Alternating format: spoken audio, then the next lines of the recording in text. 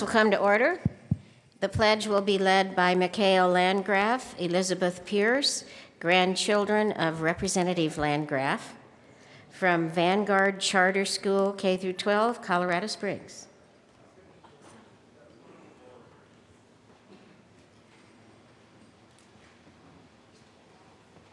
Please join me in the pledge.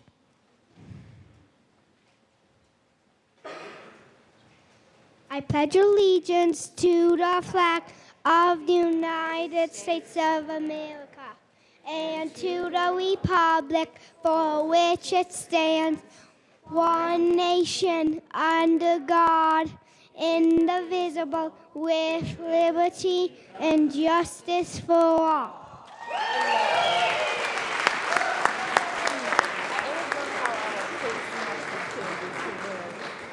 Mr. Kohler, please call the roll.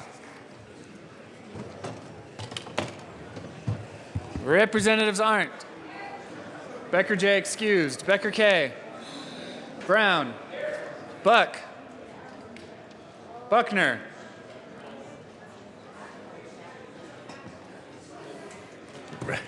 Representative Buckner is excused. Carver.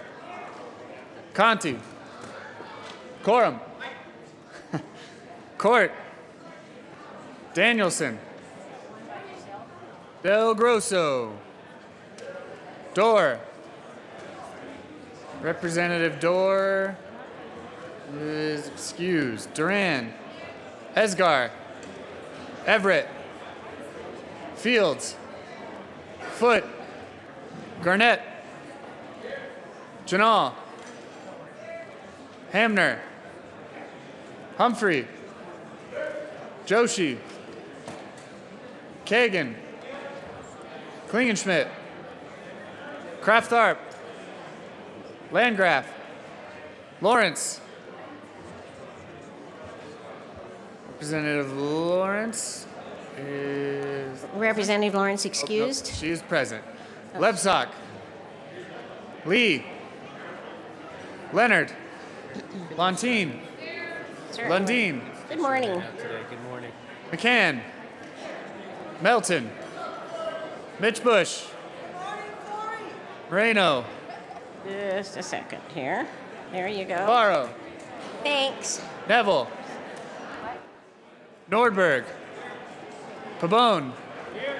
Pedersen. Primavera. Priola. Rankin. Ransom. Rosenthal. Rupe. Ryden. Sane. Salazar. Sias. Singer. Thurlow. Tyler. Van Winkle. Vigil. Willett. Williams. Wilson. Windholes. Winter. Wist. Young. Madam Speaker. Still no Buckner or Dorr.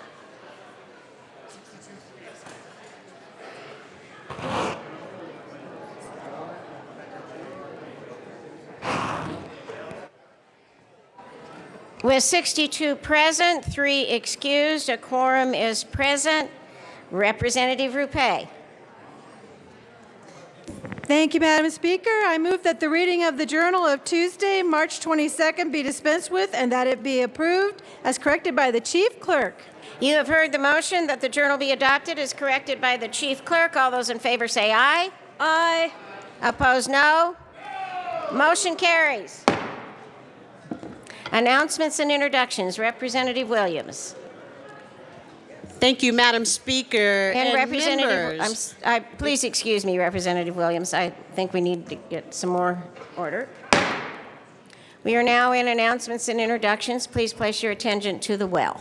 Thank you. Please Members, if you look at your calendars, you can see that our automated calendar is hard at work. You can see that We have our bills almost printed 2 or 3 times, but according to our chief clerk, we have to manually fix the automated calendar. So the apologies on that, but look at your calendars to make sure that you see the repetitiveness and understand which bills are in your committees. The Business Affairs and Labor Committee, House Bill 1302 will be laid over. We will hear House Bill 1048 and Senate Bill 58 at 1:30 today. Thank you, Madam Speaker. Representative Landgraf. Thank you, Madam Speaker. You met my adorable grandchildren. I want to introduce my daughter, Catherine, and her husband of 5 days, Eddie Pierce.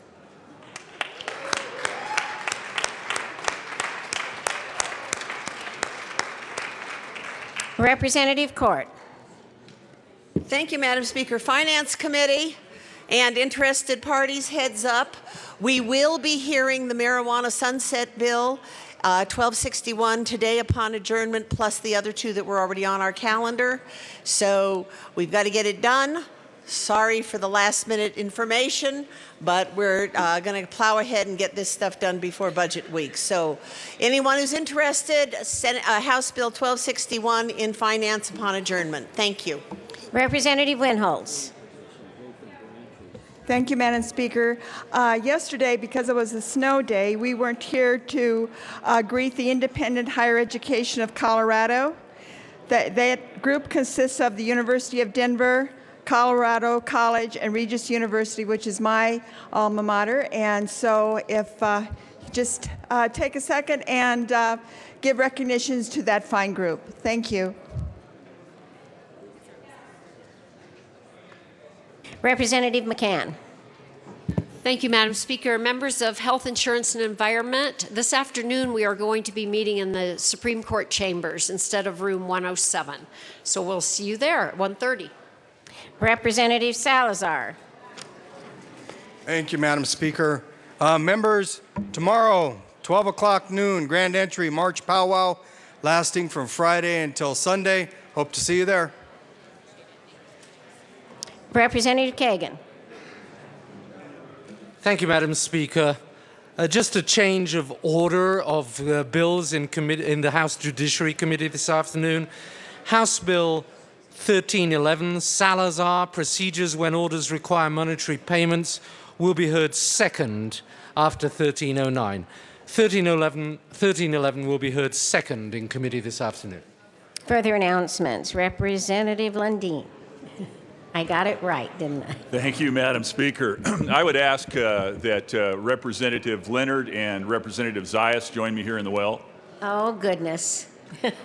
Please join. Representative Zayas, please join me here in the well.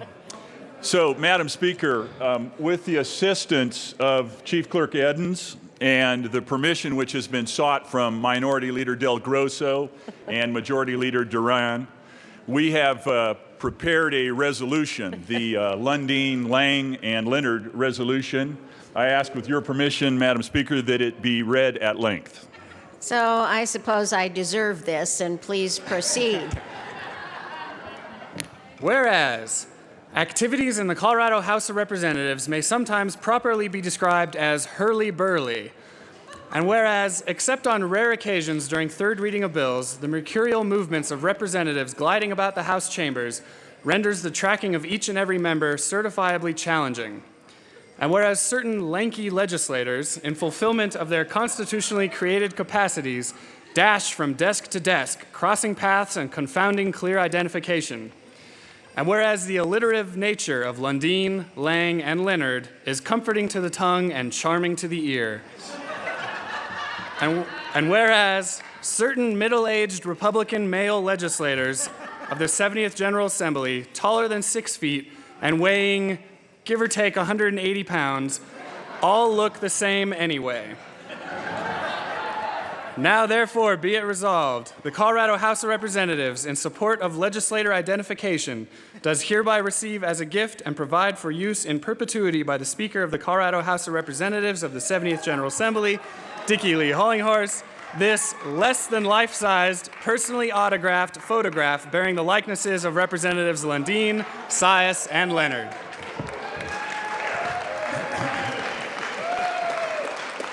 With the speaker's permission, we would ask that the sergeant move this visual aid to a place of easy reference and for the speaker, and we would offer up a memory building exercise should the speaker so choose to engage in this memory building exercise.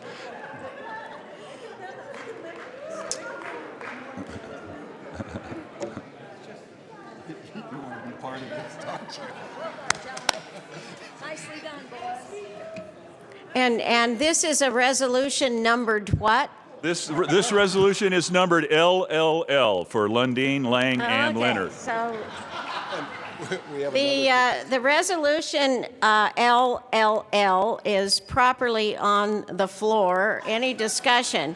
Representative Lundeen. Thank you, Madam Speaker. As someone whose name is often confused with Representative Lundeen, I would like to add a fourth L and amend the resolution. Although I can't claim to be male or Republican or weigh near anywhere, I hope, 180 pounds. Madam Speaker, although it clearly Representative Lundeen is much more attractive than any of the three of us, we would accept that as a friendly amendment. Done. Representative Quorum. Thank you, Madam Speaker. If I were the Speaker, I would tell them to go to L. But what I would really like to amend the amendment to add Representative Becker, due to the fact that he is not here today, and Representative Humphrey, because they are constantly confused in this building. Done. Is there other discussion on the LLL amendment? And we're adding another L. Please proceed, Representative Lundeen. Madam Speaker, if you so desire, we would offer a visual learning cue, a mind-expanding and memory-expanding exercise, should you so choose. You know what? I'm of course, you just go right ahead. So with your visual aid, please feel free to identify the visible representatives who will disappear and reappear in a different order. Okay, here we go. Okay, here we go. Sure.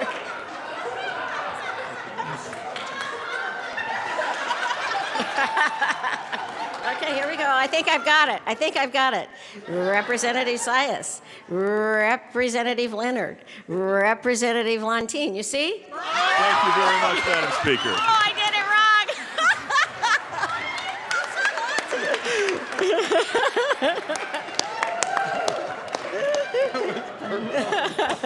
Okay, guys.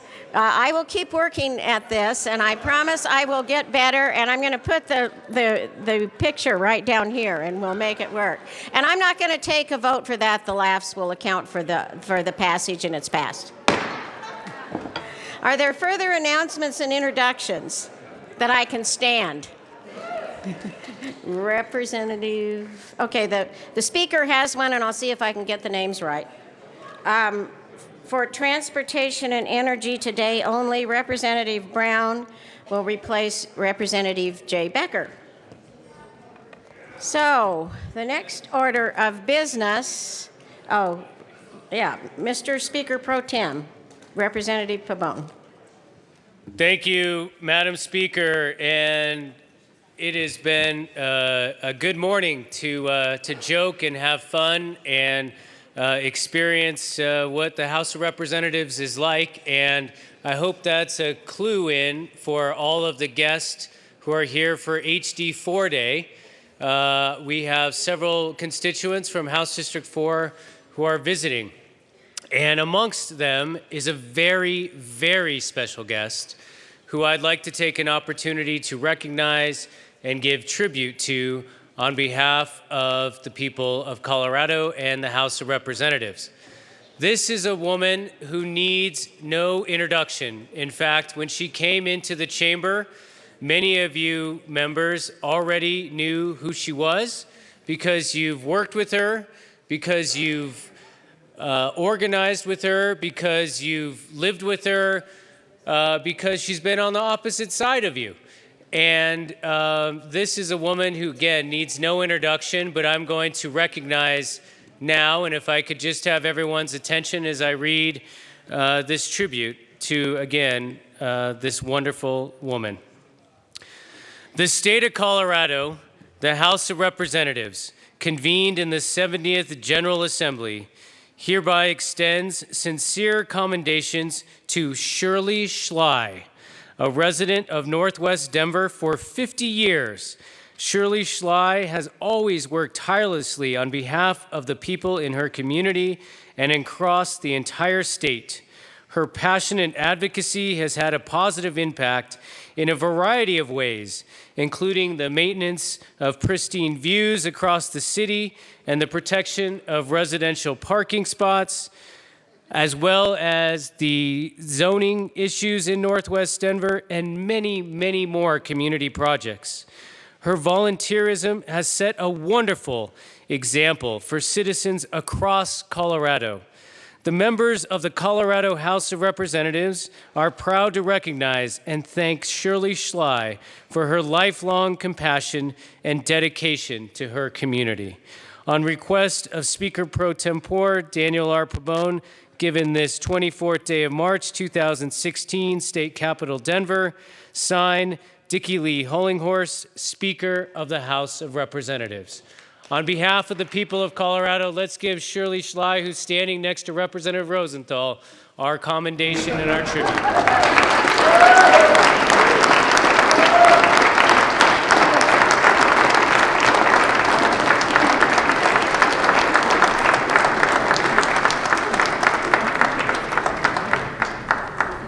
And Madam Speaker, I'd be remiss if I did not introduce, there are many members of her family here, including her husband, Wick Downing, but Shirley Schley also has a son-in-law, former state representative, former state senator, former city auditor, Don Mates, who is here as our guest as well. So let's please welcome him and her family to the Colorado House of Representatives. Thank you, Madam Speaker. And thank you, Shirley, for all of your service. Really appreciate it. Representative Tyler. Thank you, Madam Speaker. And I hate to take away Representative Brown's great opportunity today, but we were going to hear one bill, and as I found out, I thought the bill was perfect. It's not. So we're going to reschedule that bill, so we will not have a Transportation and Energy Committee meeting this morning. Thank you. The Speaker has one more announcement, which is that Casey Becker will replace Sue Ryden on the Health, Insurance, and Environment Committee for today only. Message from the Senate. Madam Speaker, the Senate has adopted and transmits herewith Senate Joint Resolution 24. Madam Majority Leader. Thank you, Madam Speaker. I move to suspend the rules for the immediate consideration of SJR 24. The motion is to suspend the rules for immediate consideration of SJR 24. Is there any objection? Seeing none, so ordered. Mr. Kohler, please read the title of SJR 24. Senate Joint Resolution 24 by Senator Roberts, also Representatives Quorum and Brown, concerning the remembrance of Ute history in Colorado and in connection therewith, honoring the culture and heritage of the Southern Ute Indian Tribe and the Ute Mountain Ute Tribe. Representative Quorum. Thank you, Madam Speaker. I move SJR 24 and ask that it be read at length. Please proceed, Representative Kohler. Mr. Kohler. Whereas the original inhabitants of North America, American Indians, have played a unique and distinguished role in our nation's history and culture through vital contributions to government, medicine, education, religion, architecture, environment, and the military.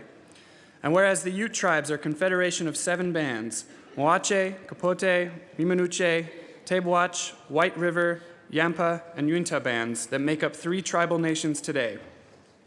And whereas the state of Colorado recognizes its oldest continuous residents, the Southern Ute Indian Tribe of Ignacio, Colorado, and the Ute Mountain Ute Tribe of Toyac, Colorado. And whereas the state of Colorado recognizes the key role to the history of this state that the Ute nations have provided and continue to provide.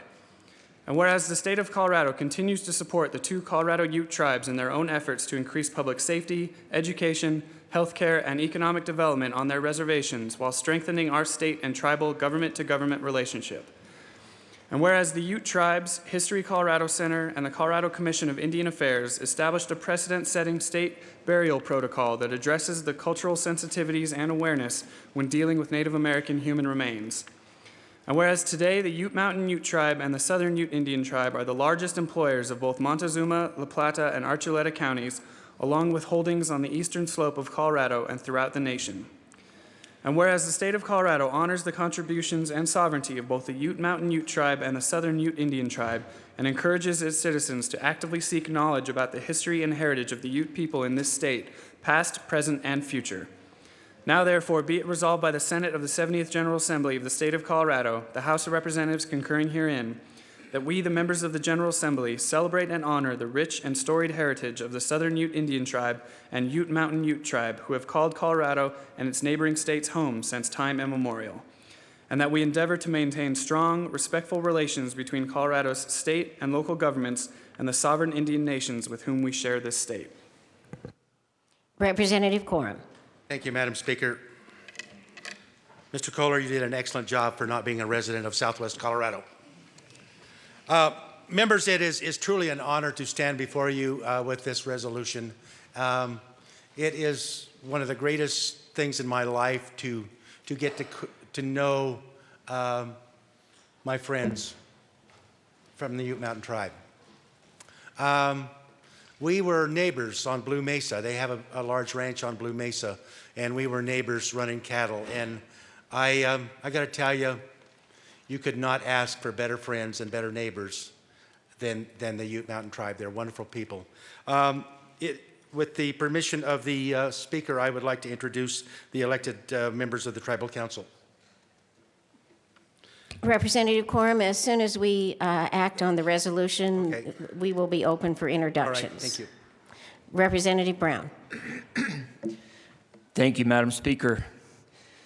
And it is an honor to honor the Ute Indian tribes in Colorado. Debbie and I have lived in Ignacio all of our married life, and we raised our boys there.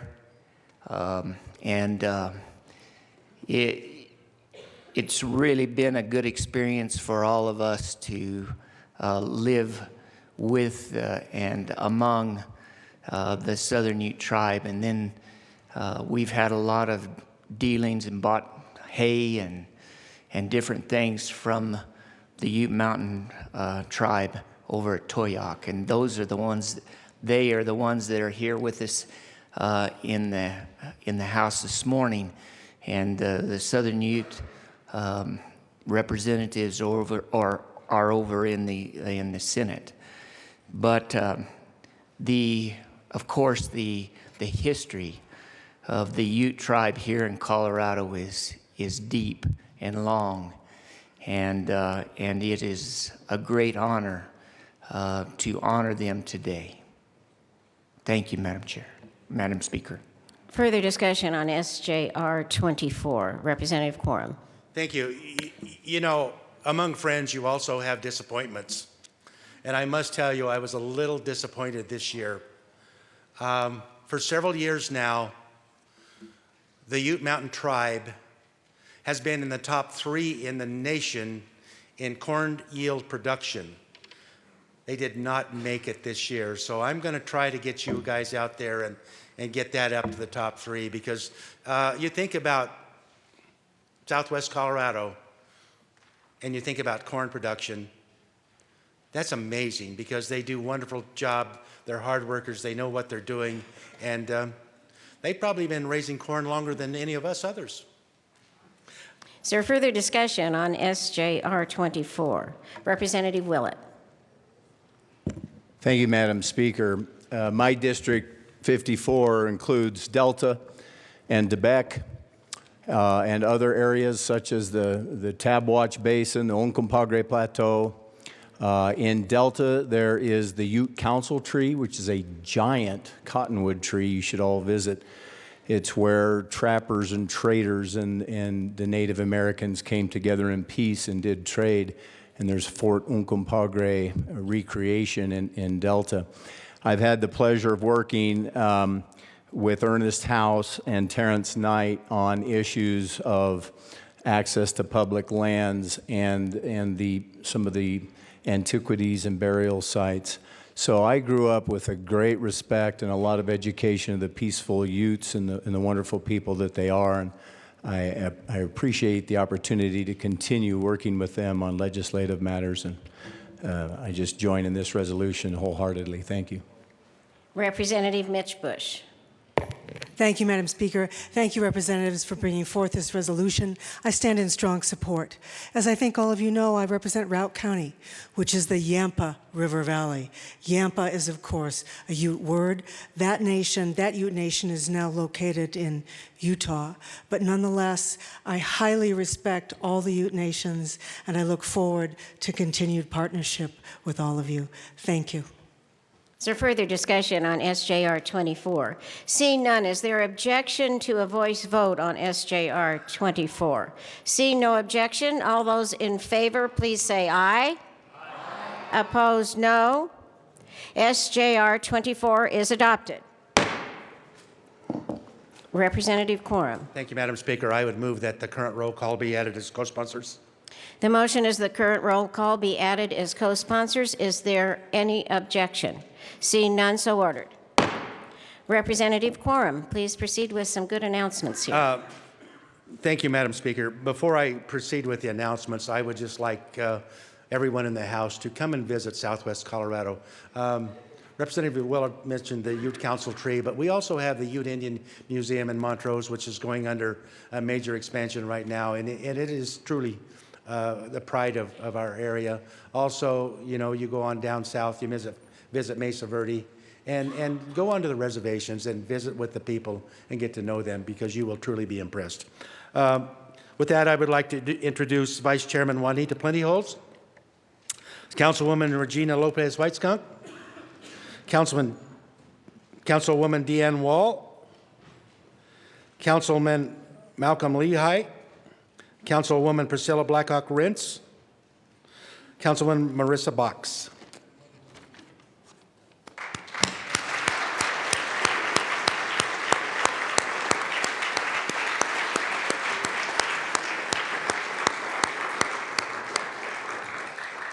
Thank you very much for being here on this snowy morning. Representative Brown. Thank you, Madam Speaker. And also we have here, and I hope I don't, Iriana Dale, Lonnie Dutchie, Michaela Alaire. Okay. So let's welcome them.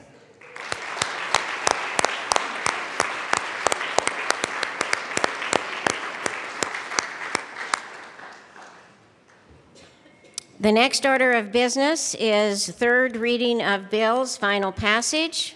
Mr. Kohler, please read the title of House Bill 1353. House Bill 1353 by Representatives Duran and Del Grosso, also Senators Sheffel and Guzman, concerning payment of expenses of the Legislative Department. Madam Majority Leader. Thank you, Madam Speaker. I move for the passage of House Bill 1353 on third reading and final passage. The question before us is the passage of House Bill 1353 on third reading and final passage. Seeing no discussion, Mr. Kohler, please open the machine and members proceed to vote.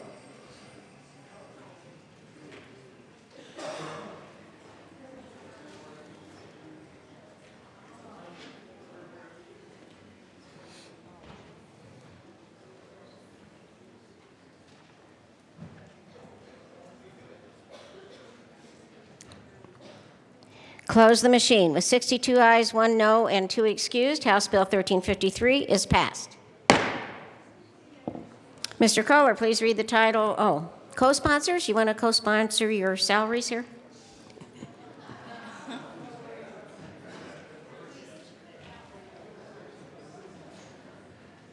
Close the machine. Mr. Kohler, please read the title of House Bill 1001. House Bill 1001 by Representatives Danielson and Buckner, also Senator Ulibarri, concerning a requirement that a business performing work for the state pursuant to a state contract comply with equal pay standards.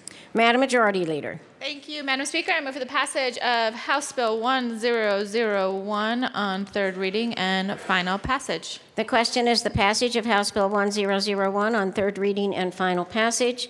Seeing no discussion, Mr. Kohler, please open the machine and members proceed to vote.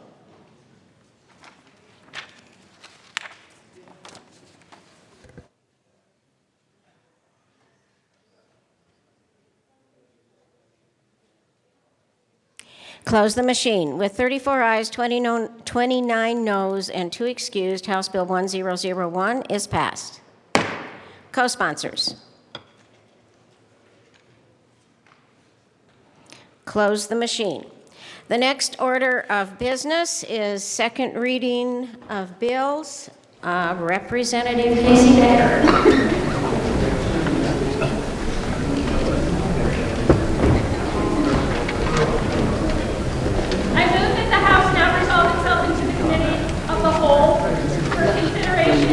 General orders. You have heard the motion. Seeing no objection, Representative Casey Becker will take the chair.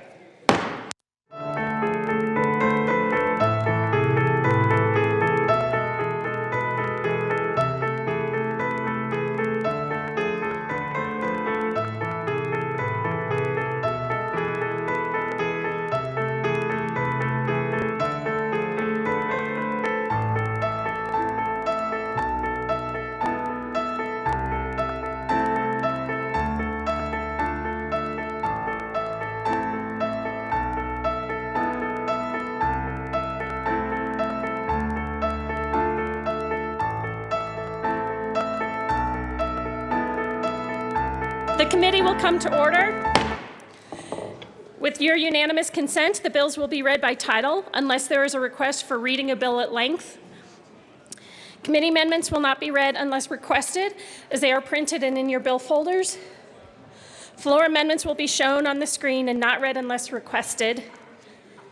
Bills will be laid over upon motion of the majority leader, and the coat rule is relaxed.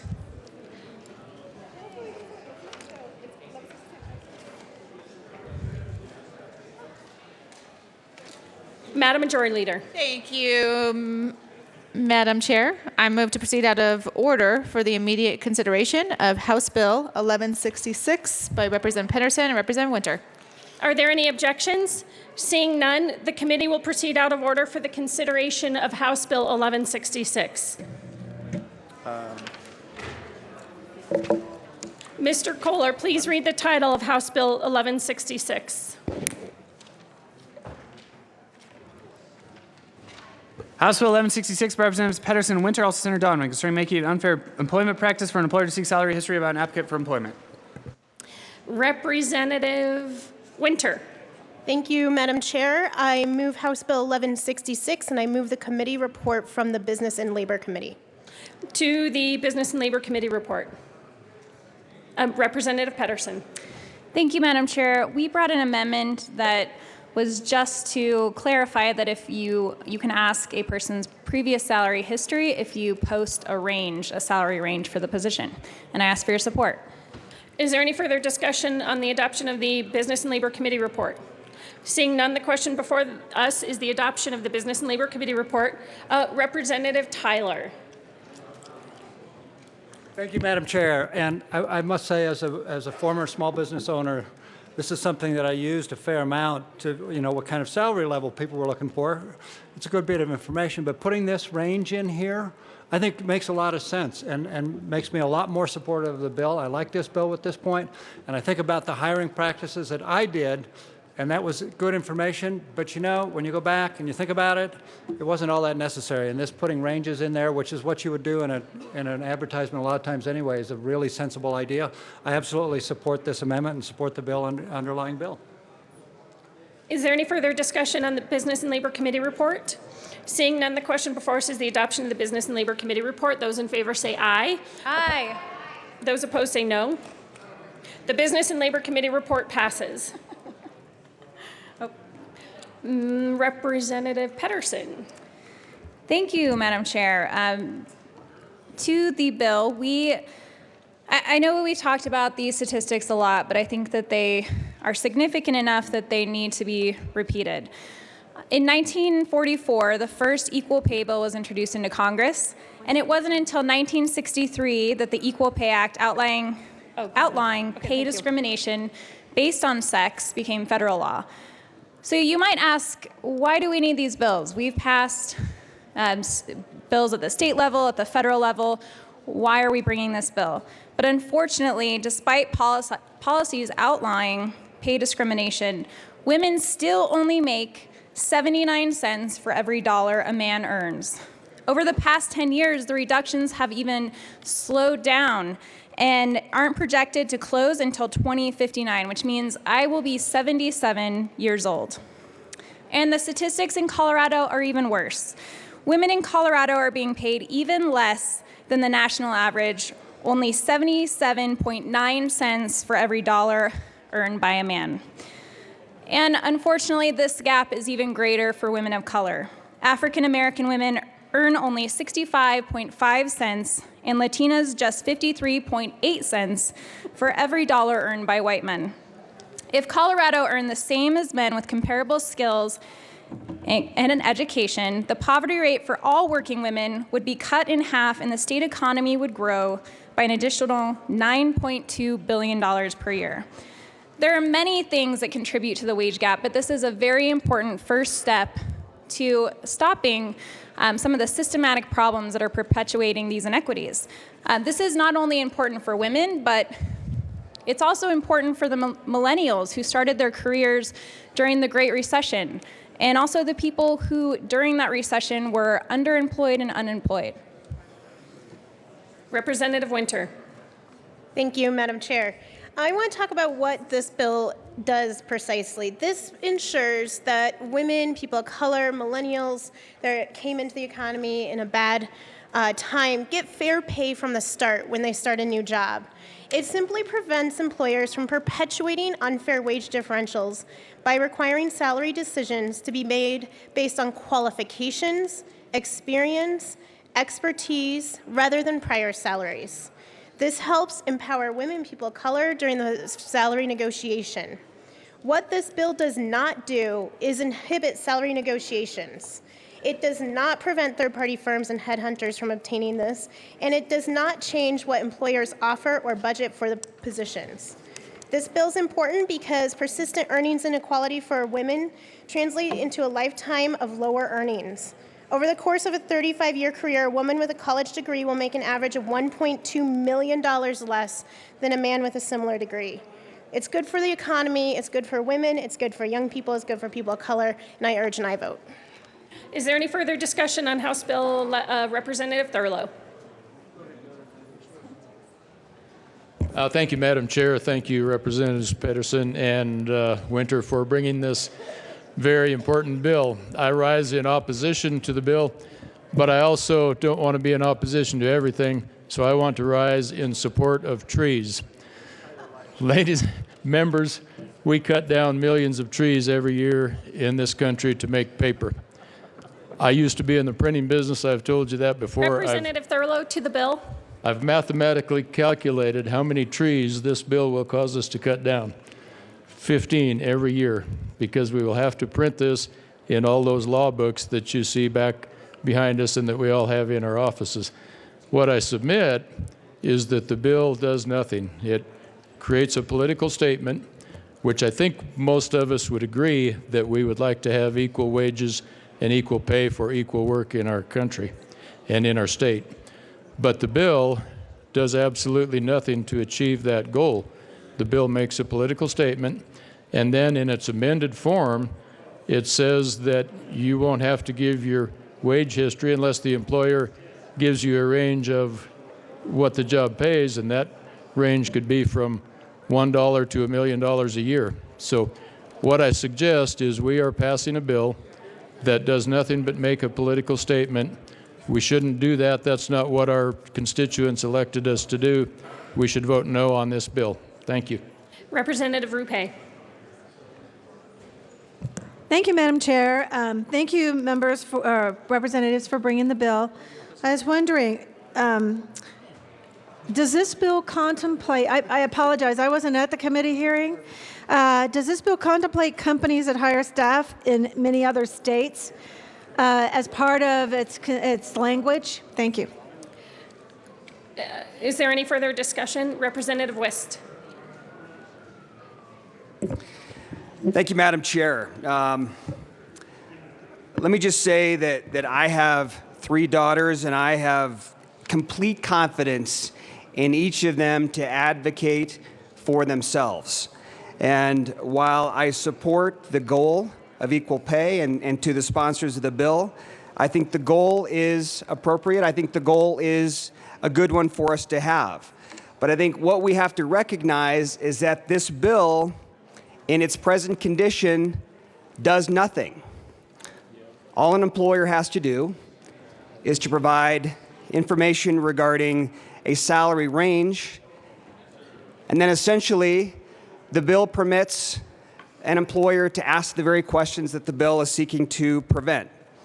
So my question for the sponsors is, why are we passing statement bills that have no meaningful impact, and why are we making a statement as a body that women cannot advocate for themselves in the workplace? I'd suggest that they certainly are capable and do advocate for themselves every day, and our employers recognize the importance and the value that they bring to the workplace. I stand in strong opposition to this bill. Representative Winter. Thank you, Madam Chair. This is not a statement bill. Since this bill has been introduced, we've heard from women across the state, some who work in this very building, that have given us example after example of how they felt they were underpaid and cut off immediately because of their past salary history. This is simply about ensuring that we aren't perpetuating the pay gap as you move from job to job. As we've moved this bill forward, we've heard from people that were unemployed and underemployed during the recession that are having a hard time coming back and making what they used to. We've heard from people that took time off out of the workforce that aren't being paid fairly and equal pay for equal work because of this. And as we've met with businesses, we've had HR executives admit that when they do hire someone, they ask for salary history to find out exactly how little they can pay an employee. This perpetuates the pay gap. This is not a do-nothing statement bill.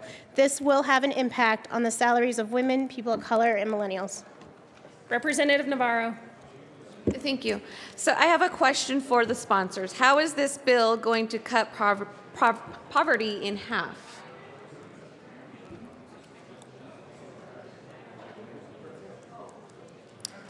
I guess. Thank you. Representative Court. Thank you, Madam Chair. I just want to give an anecdotal story here. I had a small businessman from my constituency come in to meet with me. He said he wanted to talk about this bill, and I thought, okay, he's going to tell me that he doesn't like it and give me all the reasons he doesn't. And guess what? He said he really likes it. He said he thinks it's fair, he thinks it's right. Now, this is one story, but it's from a small business owner in my district, and he's the one who made the effort to come down here to the Capitol and tell me he thinks this is fair and this is appropriate. So I urge a yes vote. Representative Nordberg. Thank you, Madam Chair and members. I'll give an anecdotal story as well. In California, Governor Jerry Moonbeam Brown vetoed a piece of legislation almost identical to this. Now, the sponsors have amended it and have arguably made it different. I will grant that. But the underlying theme remains the same. We continue to perpetuate these policies which absolutely no quantifiable evidence or data to back them up. That is not the kind of policy we should be doing, especially on an issue as important as pay equity.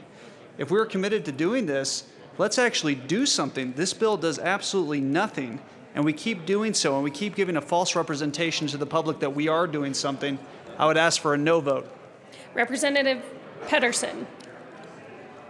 Thank you, Madam Chair. And while the governor did veto a bill with some of these concepts, they had just passed into law and signed one of the most expansive pay equity laws in California. And he said, let's see how this works. Let's see what this does over time, and maybe we don't need this bill. Representative Salazar. Thank you, Madam Chair. Let's do something. This bill doesn't do anything. This bill does exactly what it's designed to do, which is to address the pay equity gap. How many times have you seen it where women, where minorities advocate for equal pay, and then they're retaliated against because they asked the question, because they advocated for themselves? That data is right there at the Civil Rights Division, the number of cases that are filed for retaliation. That's what this bill addresses. This bill also addresses the situation of a perpetuation of unequal pay by asking for salary. You ask for the salary of an employee from an employer who is paying employees unequally, it perpetuates itself. That's why this bill is needed. You say, well, let's actually do something. I don't see anything coming out from this side of the aisle. I see things coming from this side of the aisle in terms of addressing the situation. So if you want to address it, if you want to do something, file a bill on it.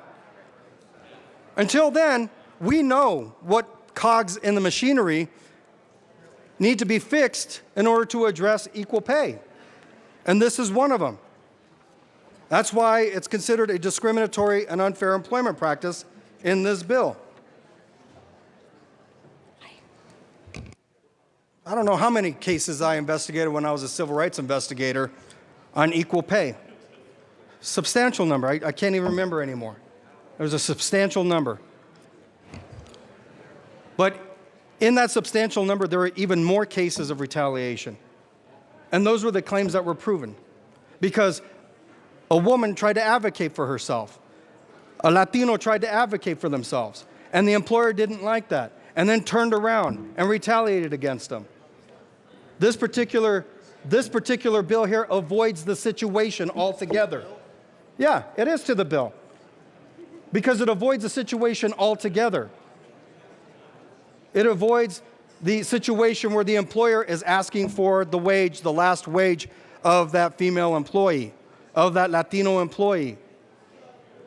It's another cog in the piece of this machinery that will help get equal pay up and running in a better way after 40 years. I ask for a yes vote, and I thank you very much for bringing this bill. Representative West. Thank you, Madam Chair. Representative Salazar, we have done something. There are 2 federal statutes. There are 2 state statutes that address this type of discrimination in the workplace. Remedies already exist. This bill accomplishes nothing other than to impair women's abilities to advocate for themselves. And members, I think it's an important principle that we say as a body that we have confidence in our women to advocate for themselves in the workplace. So again, I urge a no vote on this bill. Representative Salazar. Thank you, Madam Chair. And Representative Wist, I think you know this, that federal law does not prohibit us as a state to further anti-discrimination statutes. And that's what this bill is doing. There is no federal law out there that says that you cannot develop law that helps promote better equal pay legislation.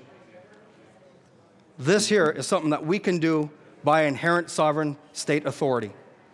And that's why this bill is good, because we're recognizing what's needed in the state of Colorado. And we're recognizing that federal law isn't doing its job. And I thank Representative Winter and Representative Pedersen, did I just say that? Pedersen, for championing this, because they recognize that federal law isn't doing what it's supposed to. Representative Pedersen. Thank you, Madam Chair. And if you're lucky enough to have the money to pursue a case, if you have been discriminated against, or if you are a lawyer who could take this on your own, this is within reach for women in Colorado. But unfortunately, many women don't have those luxuries. This bill is about changing the conversation, setting a different standard in how we actually talk to our potential employers and create a situation where they're not going to be held down by their previous salary history. So I agree that there are actions that can be taken, but it hasn't been enough to actually close the gap. Representative Navarro. Thank you. So how is this bill going to change the conversation? Is there any further discussion on House Bill 1166? Representative Navarro. Thank you. I appreciate the efforts that you are giving for women and equal pay. However, I think the message that we need to be sending and helping is our women how to have the conversation without a bill. We can go out into our communities and we can do this already. Why don't we come together and do that before we do this kind of bill that is not necessary and really doesn't change the conversation? Representative Rupe. Thank you, Madam Chair. So I haven't gotten an answer on how we handle those from out of state, but I will have another question. By not, as a person who's been in the situation where I have experienced pay equity issues, not providing my income might hinder me from being considered at all. And so you might actually be creating the exact opposite of what you're trying to accomplish and prevent. And so I just have a real hard time if I get what you're trying to say about not providing information, now it can't be used against you, but not providing the information and knowing who the applicants are, I, as an employer, may not want to interview you because I may say you are not qualified in some form or manner. So I just shared that concern with you. Representative Winter. Thank you, Madam Chair.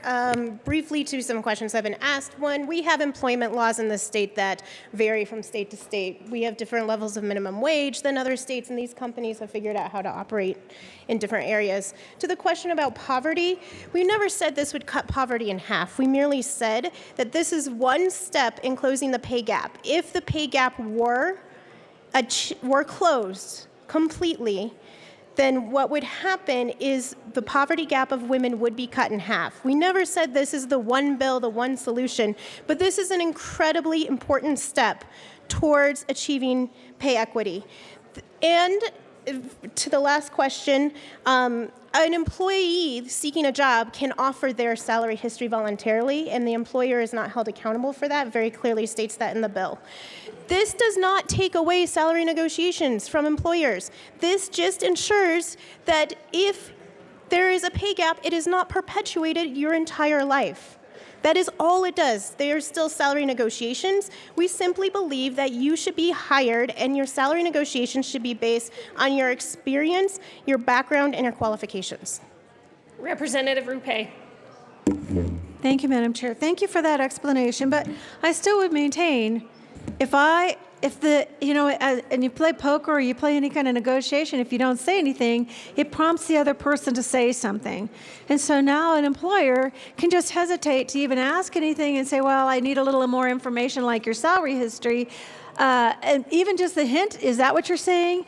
That I need that information and it's not provided voluntarily, that now puts them under a best practices claim or an issue. But if I voluntarily give it to you, does that now provide a break for the employer? There's an awful lot of loophole here that's very confusing for me as somebody to vote on this. Representative Pedersen.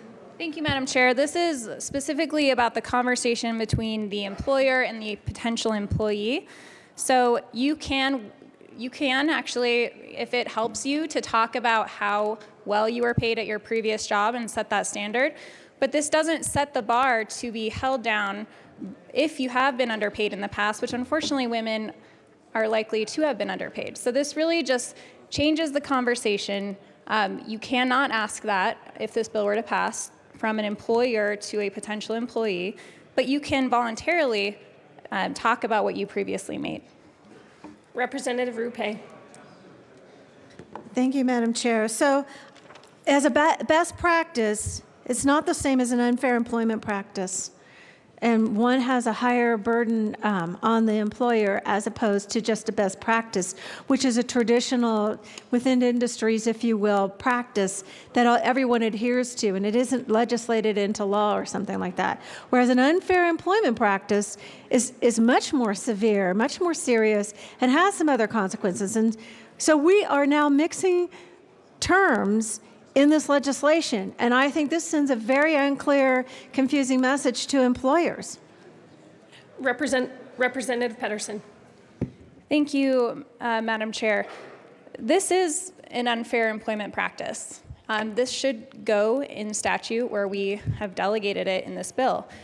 Women are being discriminated against, have been discriminated against. We have set standards around many issues, age, your religion, your marital status.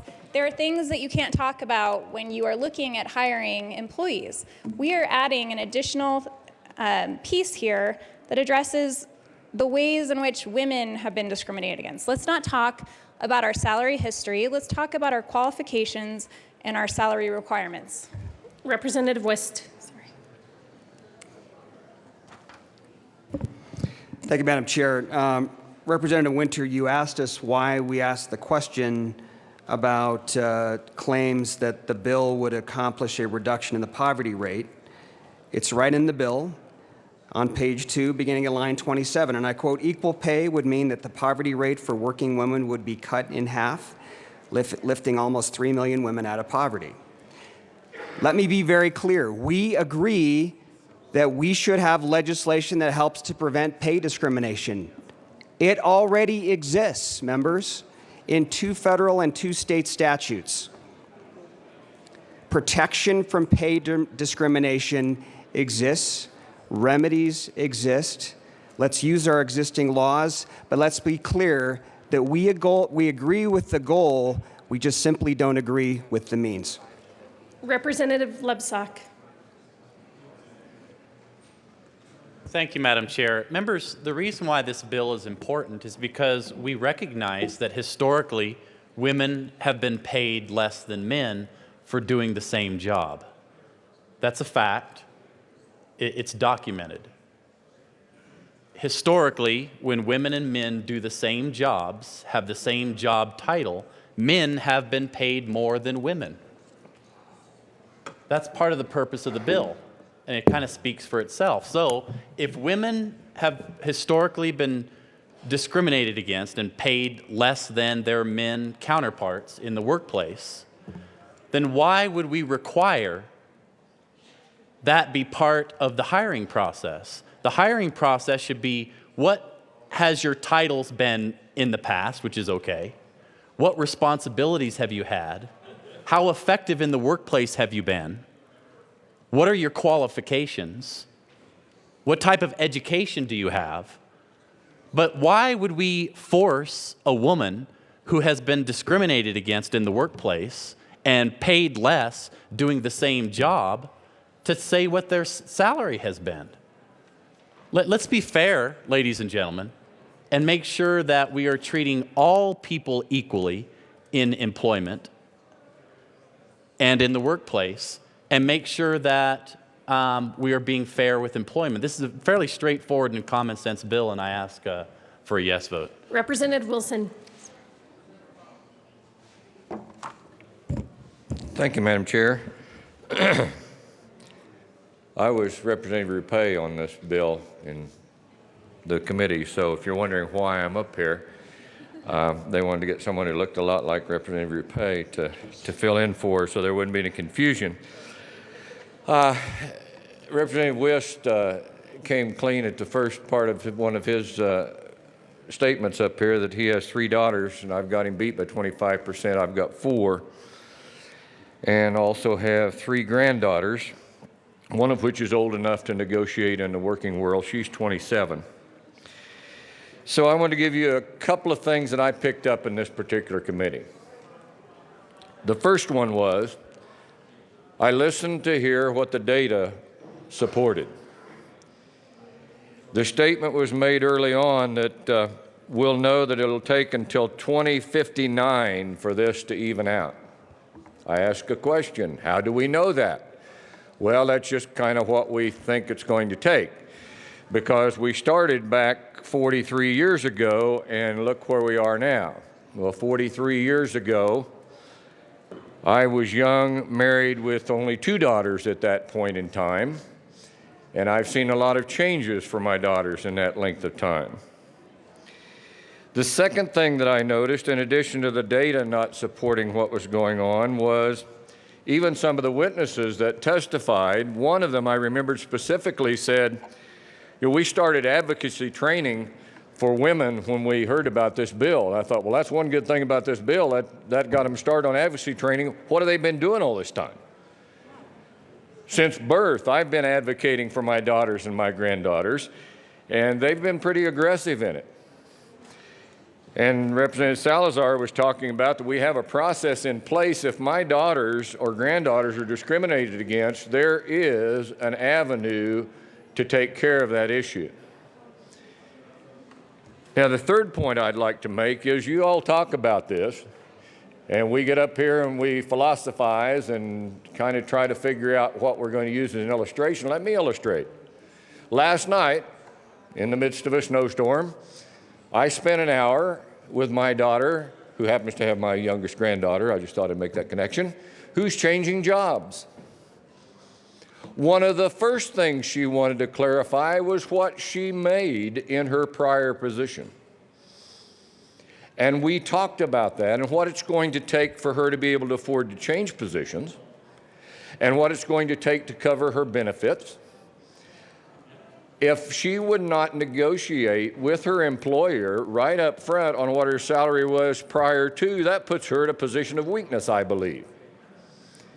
And my daughters happen to be sharp enough, because they had really intelligent mothers, they're really sharp enough to be able to figure out how to approach these issues. This bill, if it were in effect in Oregon at this point, would have made no difference in those negotiations with my daughter, and in fact would have been a detriment, because she argues from a position of strength, not weakness. And I don't know about your experience, folks, but having lived in a household of females, they are not weak, and you ladies are not weak. And I believe we need to focus more on illustrating, which I used in that committee meeting, illustrating what works, because one of the witnesses said, I hire female engineers. And I said, good for you, because you're illustrating what needs to be done in the workforce rather than trying to legislate. We need to illustrate more and legislate less, and I think we'll find that equity will be there, particularly if we focus on the advocacy training piece instead of trying to legislate it. Because if I go into a position and an opportunity for a position, and I do it from a position of weakness, I'll end up on the weak end. If I advocate for myself from a strength position, I'll be on the strong side of that argument. We need more advocacy, we need more illustration, and less legislation. I would urge a no vote on this bill. Rep. Pedersen. Thank you, Madam Chair. And Representative Wilson, thank you for your comments. I agree that we absolutely need to have advocacy and awareness for employers around some of the practices that we have that unfortunately can perpetuate some of these systematic injustices, I believe.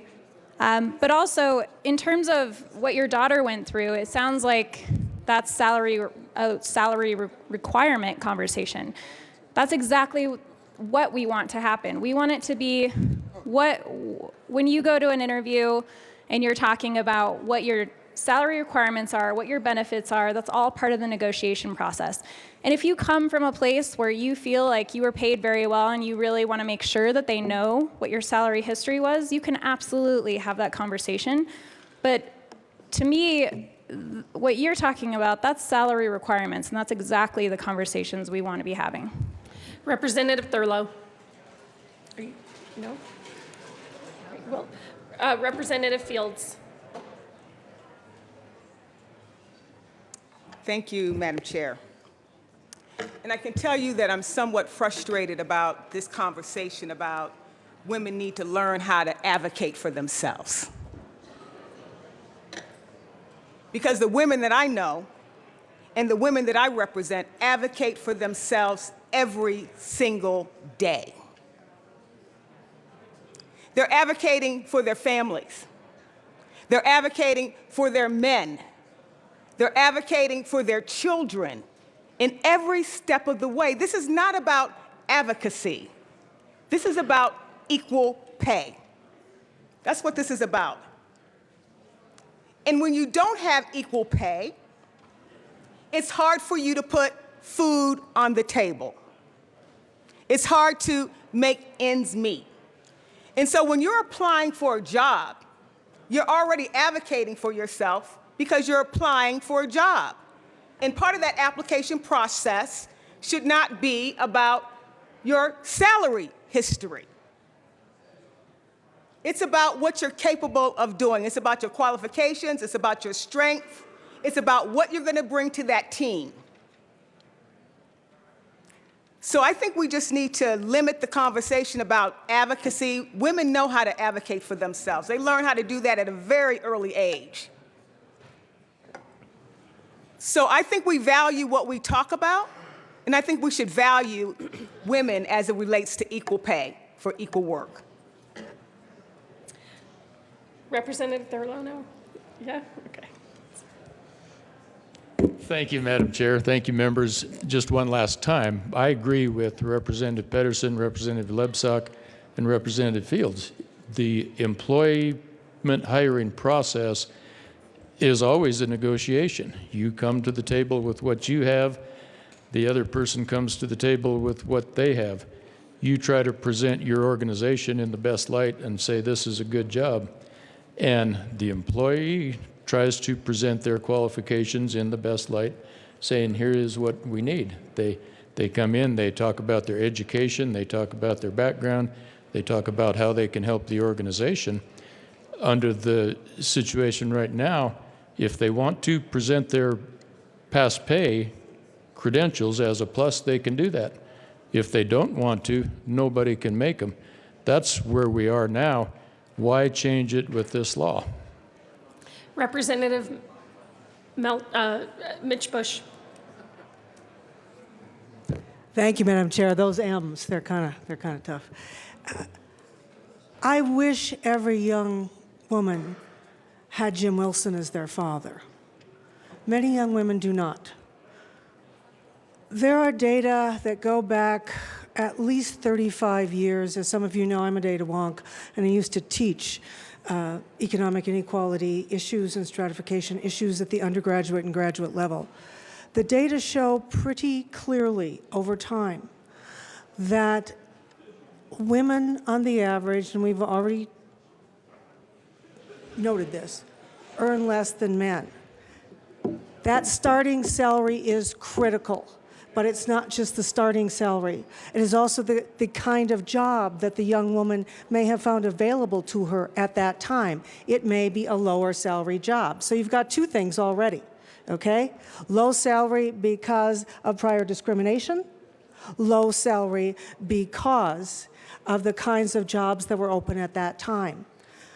That latter problem is especially difficult, and I don't know of much research on this yet because it's too new, for our young millennial women who have largely entered the workforce during the recession, when they were lucky to get a job at all, let alone one that paid commensurate with their human capital, with their skills, with their education. This bill does not, I repeat, does not prohibit a young woman, if she has had a good job with a good salary, from bringing that up. What it does do is it prevents what data show has been a process, and that is that prior discriminatory wage levels have set a ceiling. Set a ceiling. We can't have ceilings. We should be trying to break those ceilings, and we should, in fact, be helping young women to be able to present themselves. Well, the other issue here that is not directly in the bill, but it is critical to the process of discrimination. Many times young women and young men don't know what other people are making and don't know that they themselves, at either their current job or their prior job, have in fact been discriminated against. Let me tell you a story, and it is granted an old story, but I think it shows part of the problem here.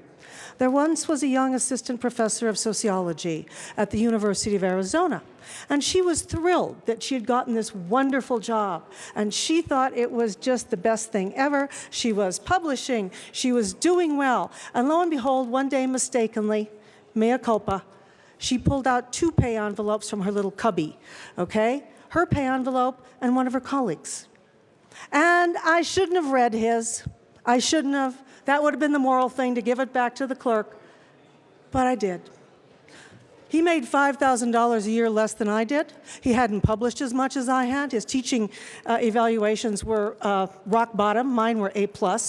I took that little envelope, both of them. I went down to the chair's office and I said, "Stan, what's this?" He said, "Oh, Bushy, you didn't negotiate enough." And I looked at him, I said, "Stan, I'm negotiating now. I want that $5,000 retroactively." Most young women don't have that opportunity. They don't know what other people are being paid, and they don't know the extent to which their salary, their wages in a prior job has placed a ceiling on the new job they're applying for, and it's even worse for millennials. I would urge an aye vote. Is there any further, Representative Rupe? Thank you, Madam Chair, and thank you for the conversation, at least. I would say that we've talked about having 2 federal laws. We already have 2 state laws. Now we're proposing another law. In every instance, our young women or even our minorities could certainly call a lawsuit. And yet we do not see, with all of these enabling legislation, any change in behavior. I would submit to you, you could put this on, we could put this on the bill, on the market. We could put this right there in the law so that it's there and they have to have it as an unfair practice. But I will tell you this, it will not change anything about the behavior of young women pursuing a lawsuit. This doesn't change the fact that they will learn, as Representative Mitch Bush was talking about, what their negotiating capabilities are. This doesn't change that conversation whatsoever. I would say that our issue is more about a bureaucratic problem and how our bureaucracy is following up on what its responsibilities under current law are, rather than introducing another law that will simply fail to achieve anything.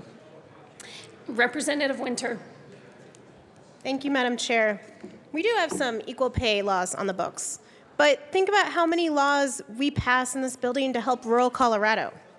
Think about how many laws we've passed in our Rebuilding Trust package. We don't expect one law to solve really complex systematic problems. At Boeing, what they did, how they determined salary, was they authorized their managers to hire at an existing salary plus X%. No matter how well that woman came in to negotiate, how much she advocated for herself, it was set in policy. You get your past salary plus X%. Boeing is not the only company doing this, and because we know the pay gap exists, those women came in, and for the entirety of their career, when it was based on percentages, their last salary was perpetuated. This is not the silver bullet. It's not going to solve everything, but it is one wrench that we can put into the system to ensure that we close the pay gap earlier than 2059. Sure, our current laws and our market will get there, but my daughter will be 45. We cannot wait while generations of women are making less than they deserve. Is there any further discussion on Minority Leader Del Grosso? Thank you, Madam Chair. And Representative Winter, I appreciate that last example where you said there was a company that they had a standard practice that took last pay history and then added X%. That is not discriminatory. If I went in for that job and you went in for that job, both of us are going to get that same pay. So should I advocate that now Boeing is against white men as well? To say that somehow Boeing are a company because they have a practice that, you know what, we're going to pay this plus whatever %. Did they say, well, that only applies to minorities? that only applies to women. No, it applied to everybody. White men, white women, minorities. Does not matter. That is not discriminatory. We can stand here all day long and quote and quote and quote about pay inequities. But yet we run bills that do nothing. We heard this will help women advocate for pay. How? Give me an example. What does this bill actually do? Now, I'll give you 2 examples of how it can actually hurt a business. So since we want to actually give examples, and I'm asking you to give me an example, I'll give you an example. Let's say, Representative Winter, I see and I notice that you're doing an amazing job at the job you're doing. And I was like, gosh, I would love to have her working for me. So I might have a conversation with you and try to find out what your pay is, what your compensation package is. So maybe I can try to steal you away because I think you might be worth it. I would love to have you work for me. But now I can no longer have that conversation because if I started that conversation, somehow I would be violating some law. So in essence, you could be hurting women or minorities who are looking to advance, and somebody might want to try to steal them away and give them a further advancement, but now we can no longer have that conversation. Or on the flip side, let's say you're a company that, quite frankly, you're struggling to get by and you want to get some great people to come in the door. And you might have a conversation and say, gosh, I noticed that the last job you were making $50,000 a year. You know, I'm a brand new upstart company. I'm struggling, and for management, we're only paying $40,000 a year. And I noticed that, yes, this might pay you a little bit less, but here's what else I might have to offer. Here's the benefit package. Here's the day off package. Here's all of the other options that I have. And maybe that's a conversation as me as an employer that might not have the ability to pay more, but now I can have that conversation to try to entice you to come work for my company. But there again, no longer would companies be able to have that kind of conversation. I do appreciate Representative Wilson's comments coming down here, destroying any kind of need at all for this bill.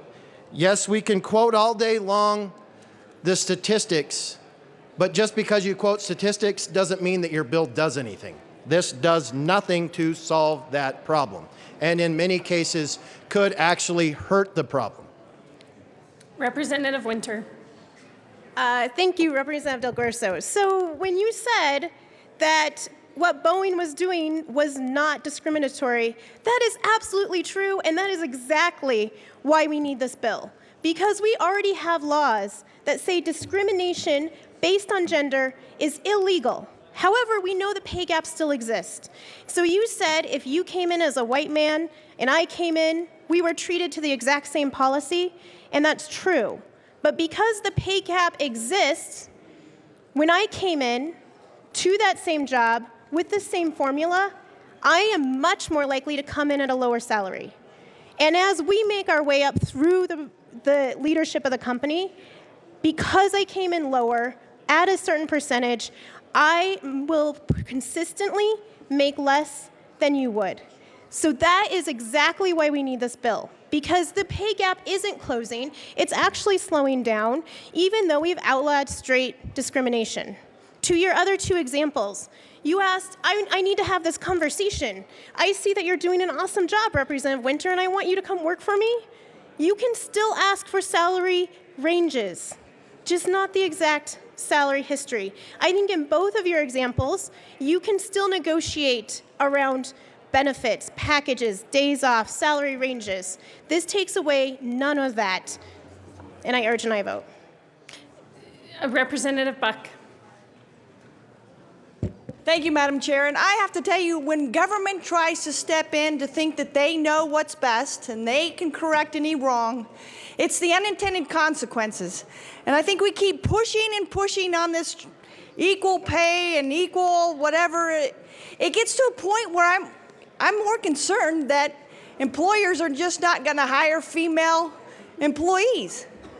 I mean, we try to do right? And it just gets the unintended consequences. So I ask for a no vote on this bill. Thank you. Representative Danielson. Thank you, Madam Chair. I just wanted to address something that the minority leader mentioned, in that he would be prohibited from talking to an employee about what she used to make at her old job.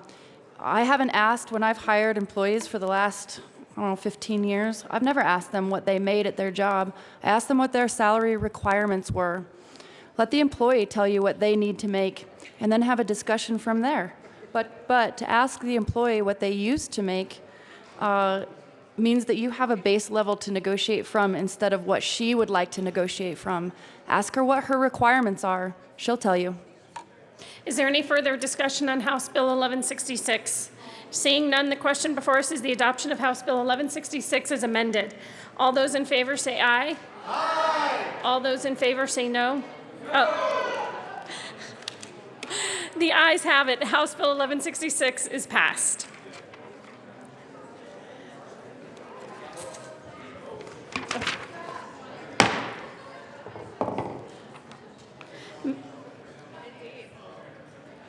Going to 1129. Mr. Kohler, please read the title to House Bill 1129. House Bill 1129 by Representatives Lawrence and McCann, also Senators Crowder and Heath, concerning measures for enhanced enforcement against acts of charitable fraud. Representative McCann. Thank you, Madam Chair. I move House Bill 1129, the Appropriations Committee report, and the Judiciary Committee report. To the Appropriations Committee report. Thank you, Madam Chair. The Appropriations Committee simply added a small appropriation to implement this bill. Is there any further discussion on the Appropriations Committee report? Seeing none, the question before us is the adoption of the Appropriations Committee report. Those in favor say aye. Aye. Those opposed say no. The Appropriations Committee report is passed. Representative Lawrence. Thank you, Madam Chair. I move the Judiciary Committee report, and what this did was make it clear that the applicant, that the officer or director of a charitable organization can have a relationship with their paid solicitor. It just needs to be disclosed so that it's a very transparent relationship. And it changed the membership of the organization down to 5% or 100 members. And those were the changes made in the Judiciary Committee report. So I'd ask for an aye vote.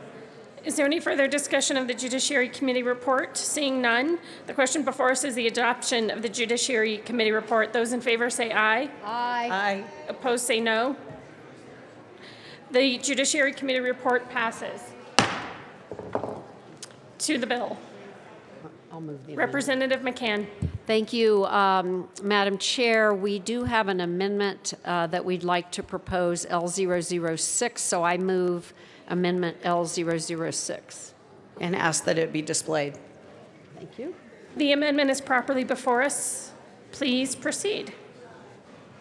Thank you. Thank you, Madam Chair. So the amendment puts a cap on the amount of civil penalties that can be recovered from people who violate this section.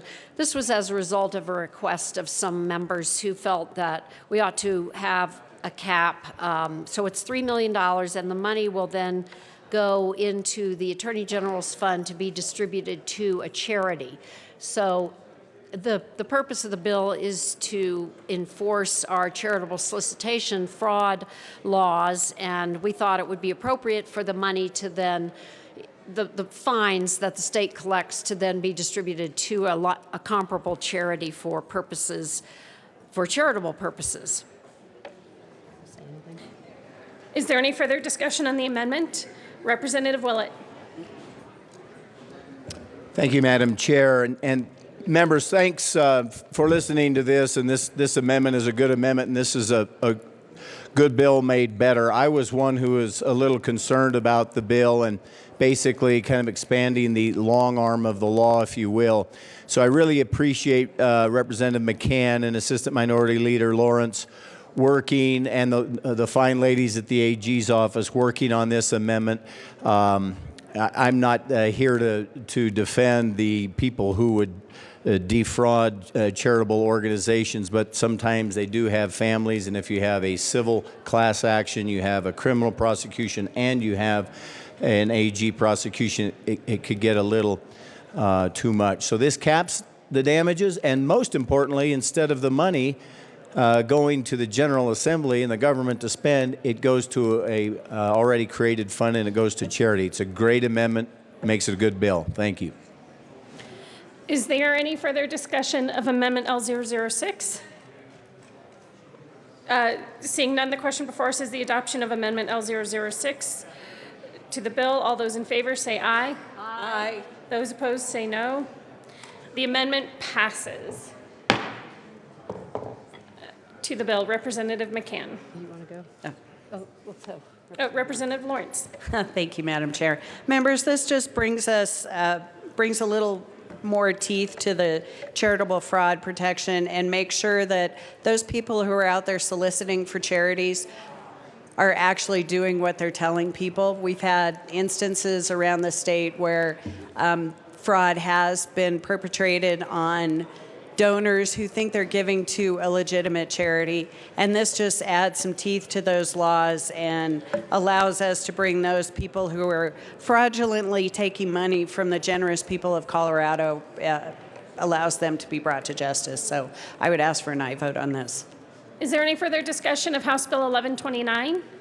Seeing none, the question before us is the adoption of House Bill 1129. All those in favor say aye. Aye. Those opposed say no. The ayes have it. House Bill 1129 is passed. Mr. Kohler, please read the title to House Bill 1287. House Bill 1287, Representatives Rosenthal and Wilson, also Senators Cook and Cafals, concerning requirements of the Department of Labor and Employment Study and integration of alternative training by Colorado businesses. Representative Rosenthal. Thank you, Madam Chair. I move House Bill 1287 and the committee report. To the Business Affairs and Labor Committee report. Thank you, Madam Chair. So basically what that did is it put in that this report is going to be presented to the Business Committee in both the House and the Senate. Is there any further discussion on the Business Affairs and Labor Committee report? Seeing none, the question before us is the adoption of the Business Affairs and Labor Committee report. Those in favor say aye. Aye. Opposed say no. The Business Affairs and Labor Committee report passes. Representative Wilson. Thank you, Madam Chair. Colleagues, this bill is very straightforward.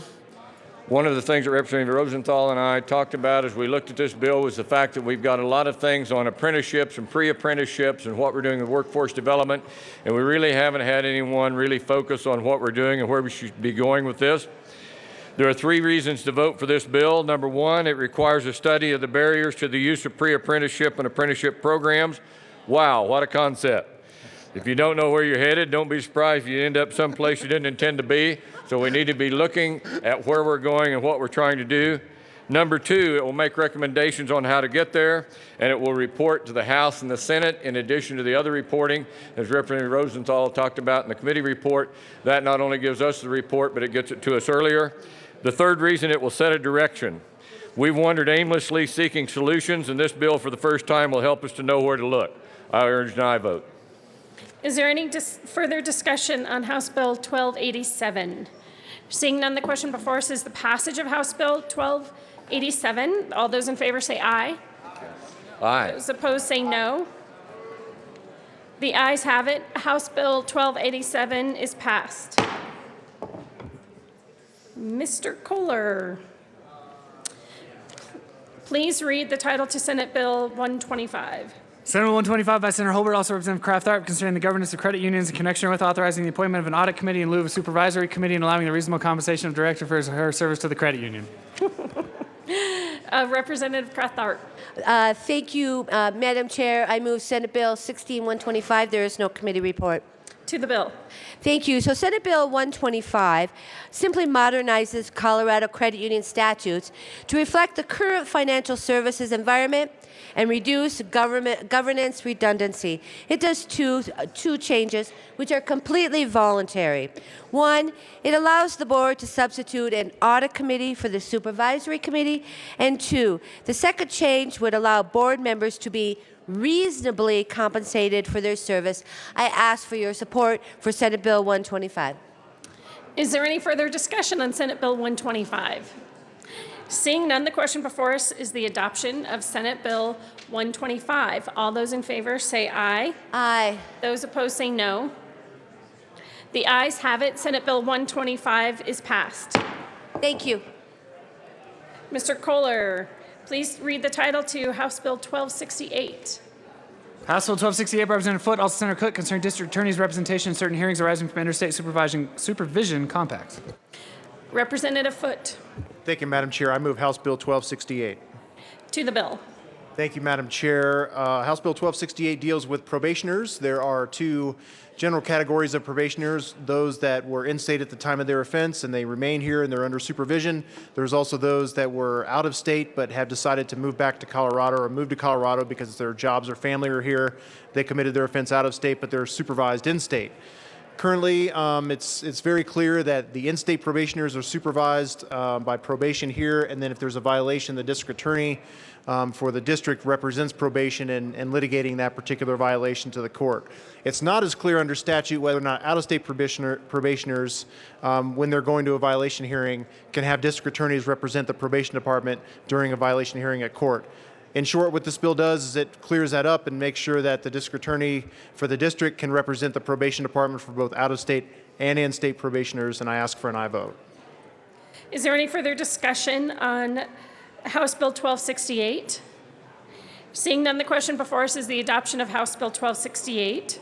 All those in favor say aye. Aye. All those opposed say no. The ayes have it. House Bill 1268 passes. Mr. Kohler, please read the title to House Bill 1278. House Bill 1278, Representative Lee, also Senator Cook, concerning residential drug treatment for persons on probation. Representative Lee. Thank you, Madam Chair. I move House Bill 1278. There is no committee report. To the bill. Thank you, Madam Chair. This bill came out of the Judiciary Committee 11-0, was brought to us by the Judicial Department. It merely gives greater discretion to judges to sentence people to probation for drug treatment whose underlying crime is not a drug crime. So a person who commits a robbery because they're a drug addict, if their evaluation indicates that they need drug treatment, the judge can give them a sentence to residential drug treatment. I ask for an aye vote. Is there any further discussion on House Bill 1278? Seeing none, the question before us is the passage of House Bill 1278. All those in favor say aye. Aye. Opposed say no. The ayes have it. House Bill 1278 is passed. Thank you, Madam Chair. Mr. Kohler, please read the title to Senate Bill 99. Senate Bill 99 by Senator John, also Representative Primavera, concerning implementing recommendations of the State Auditor's Office by establishing the authority of the Correctional Education Program to sell inmate-produced products to specified persons. Representative Primavera. Thank you, Madam Chair. I move Senate Bill 99. There is no committee report. To the bill. Thank you. This is a legislative audit committee bill, and audits are conducted and needed areas for improvements are discovered and reported to the Legislative Audit Committee, and then the departments are given audit recommendations. During the 2012 session, the Joint Budget Committee voted to request an audit of the Colorado Correctional Industries. This was done and released in January of 2015. One of the recommendations of the audit stated that the Department of Corrections should work with the General Assembly to establish appropriate statutory authority and pricing guidelines for selling inmate-produced goods and services through the department's vocational and educational training programs that aren't currently administered by the CCI. The Department of Corrections agreed with this recommendation, and this bill is a result.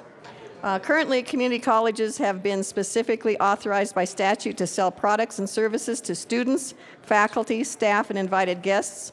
This provision offers a valuable educational or research experience for students as a part of their education and fulfills the public service mission of the institution of higher education. What this bill does is it puts the programs offered through community college and the Department of Corrections on the same footing as those offered in the general community college programs, so that opportunities for offenders will be the same as students. Last year, 4,045 career technical education certificates were awarded. These programs provide work opportunities for inmates who are enrolled in either apprenticeship programs or training courses sponsored by the community college system. It helps inmates get employed once they are released, and I would ask for an aye vote. Is there any further discussion on Senate Bill 99? Seeing none, the question before us is the adoption of Senate Bill 99. All those in favor say aye. Aye. Opposed, say no. The ayes have it. Senate Bill 99 is passed. Mr. Kohler, please read the title to Senate Bill 110. Senate Bill 110 by Senator Woods, also Representative Lundin, concerning protecting the privacy of child victims and releasing criminal justice records. Representative LLL. Thank you, Madam Chair. I move Senate Bill 110 and the committee report to the bill. To the Judiciary Committee report. Yes. I move the Judiciary Committee report. And to the Judiciary Committee report. To the report.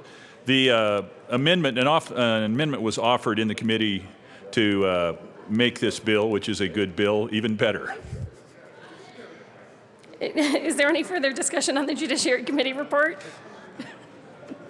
Seeing none, the question before us is the adoption of the Judiciary Committee report. Those in favor say aye. Aye. Opposed say no. The Judiciary Committee report passes. To the bill. To the bill.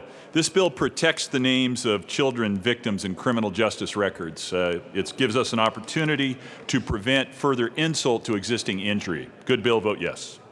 Is there any further discussion on Senate Bill 110? Seeing none, the question before us is the adoption of Senate Bill 110. All those in favor say aye. Aye. Opposed say no. The ayes have it. Senate Bill 110 is passed. Mr. Kohler, please read the title to Senate Bill 122. Senate Bill 122 by Senator Baumgartner, also Representatives Nordberg and Brown, concerning additional oversight of the activities of the Department of Transportation. Representative Nordberg. Thank you, Madam Chair. I move Senate Bill 122 in the House Transportation and Energy Committee report. To the Transportation and Energy Committee report. Thank you, Madam Chair. Members in committee, we extended the contract disclosure period from 2 weeks to 30 days and struck the requirement for CDOT to report administrative amendments to the STIP to the TLRC. That amendment passed out unanimously. Is there any further discussion on the Transportation and Energy Committee report? Seeing none, the question before us is the adoption of the Transportation and Energy Committee report. Those in favor say aye. Aye. Opposed say no. The Transportation and Energy Committee report passes. To the bill. Representative Nordberg. Thank you, Madam Chair. Members, this just implements some common sense transparency and reform efforts to CDOT. This came out of Transportation Committee unanimous, and I'd ask for a yes vote. Is there any further discussion on Senate Bill 122? Seeing none, the question before us is the adoption of Senate Bill 122. All those in favor say aye. Aye. Those opposed say no. The ayes have it. Senate Bill 122 is passed. Madam Majority Leader. Thank you, Madam Chair. I move to lay over House Bill 1101 until the end of the second reading calendar. You have heard the motion. The motion is to lay over the balance of the calendar. Seeing no objection. Sorry, I'm sorry. Thank you. Madam Majority Leader. Thank you, Madam Chair. No, the motion was not to lay over the balance of the calendar. The motion was to lay over House Bill 1101 until the end of the second reading calendar. Big difference. My apologies, Madam Majority Leader. It's hard to hear up here. Seeing no objection, the motion to lay over House Bill 1101 till the end of the calendar is granted. Thank you. Thank you, Madam Chair. Mr. Kohler, please read the title to House Bill 1225. House Bill 1225, Representative Priola, also Senator Tate, concerning requirement that school districts with a certain minimum number of enrolled pupils post information online as submitted by director candidates prior to the election.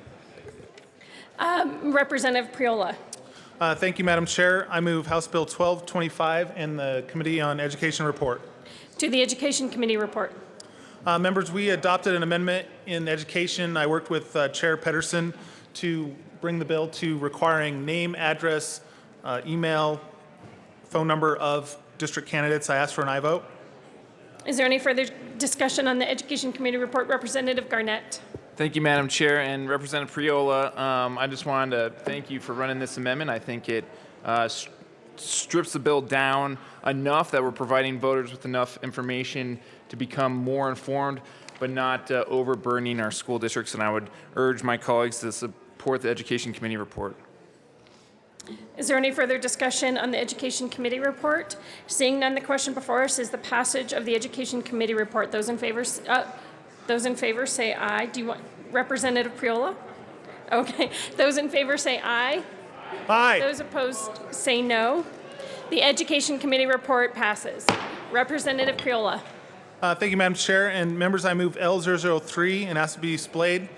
Members, this is simply a technical amendment for a drafting error in the legislative declaration. Ask for an aye vote. Is there any further discussion on the amendment?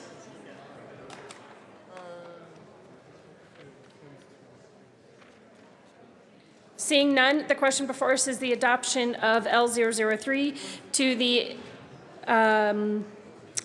to the bill. I already showed him this. Those in favor say aye. Aye. Those opposed say no. The amendment passes.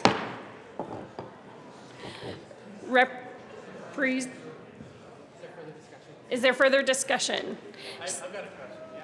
Representative Lebsack. Thank you, Madam Chair. And I wasn't in the committee, Representative Priola, and so I do have a question. Are we requiring this, or is this a requirement of all of our local governments? And if the answer is no to that, why are we asking school districts to do this but not cities and counties? Representative Priola. Thank you, Madam Chair. Representative Lebsack, I was out walking my district last fall and I heard concern from a lot of voters on lack of information or finding out who is running for school board. And so I drafted a bill that was narrow in title, narrow in scope, to do what I heard from my constituents and try to address the concerns I heard from my constituents. And that's why I ran the bill.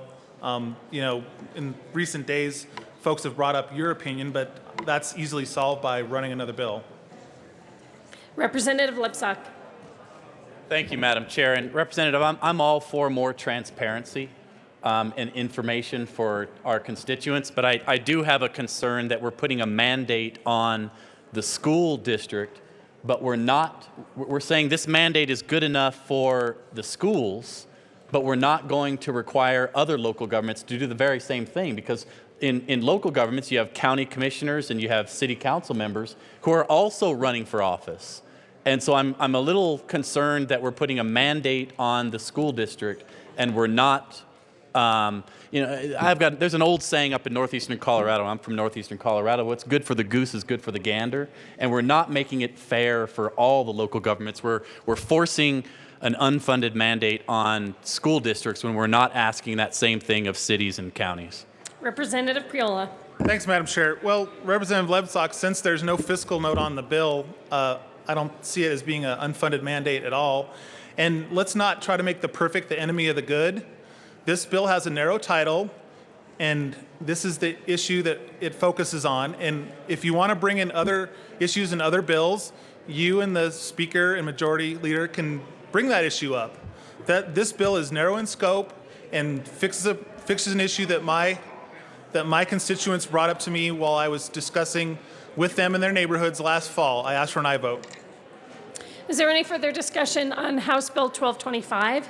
Seeing none, the question before us is the adoption of House Bill 1225 as amended. All those in favor say aye. Opposed say no. The ayes have it. House Bill 1225 passes.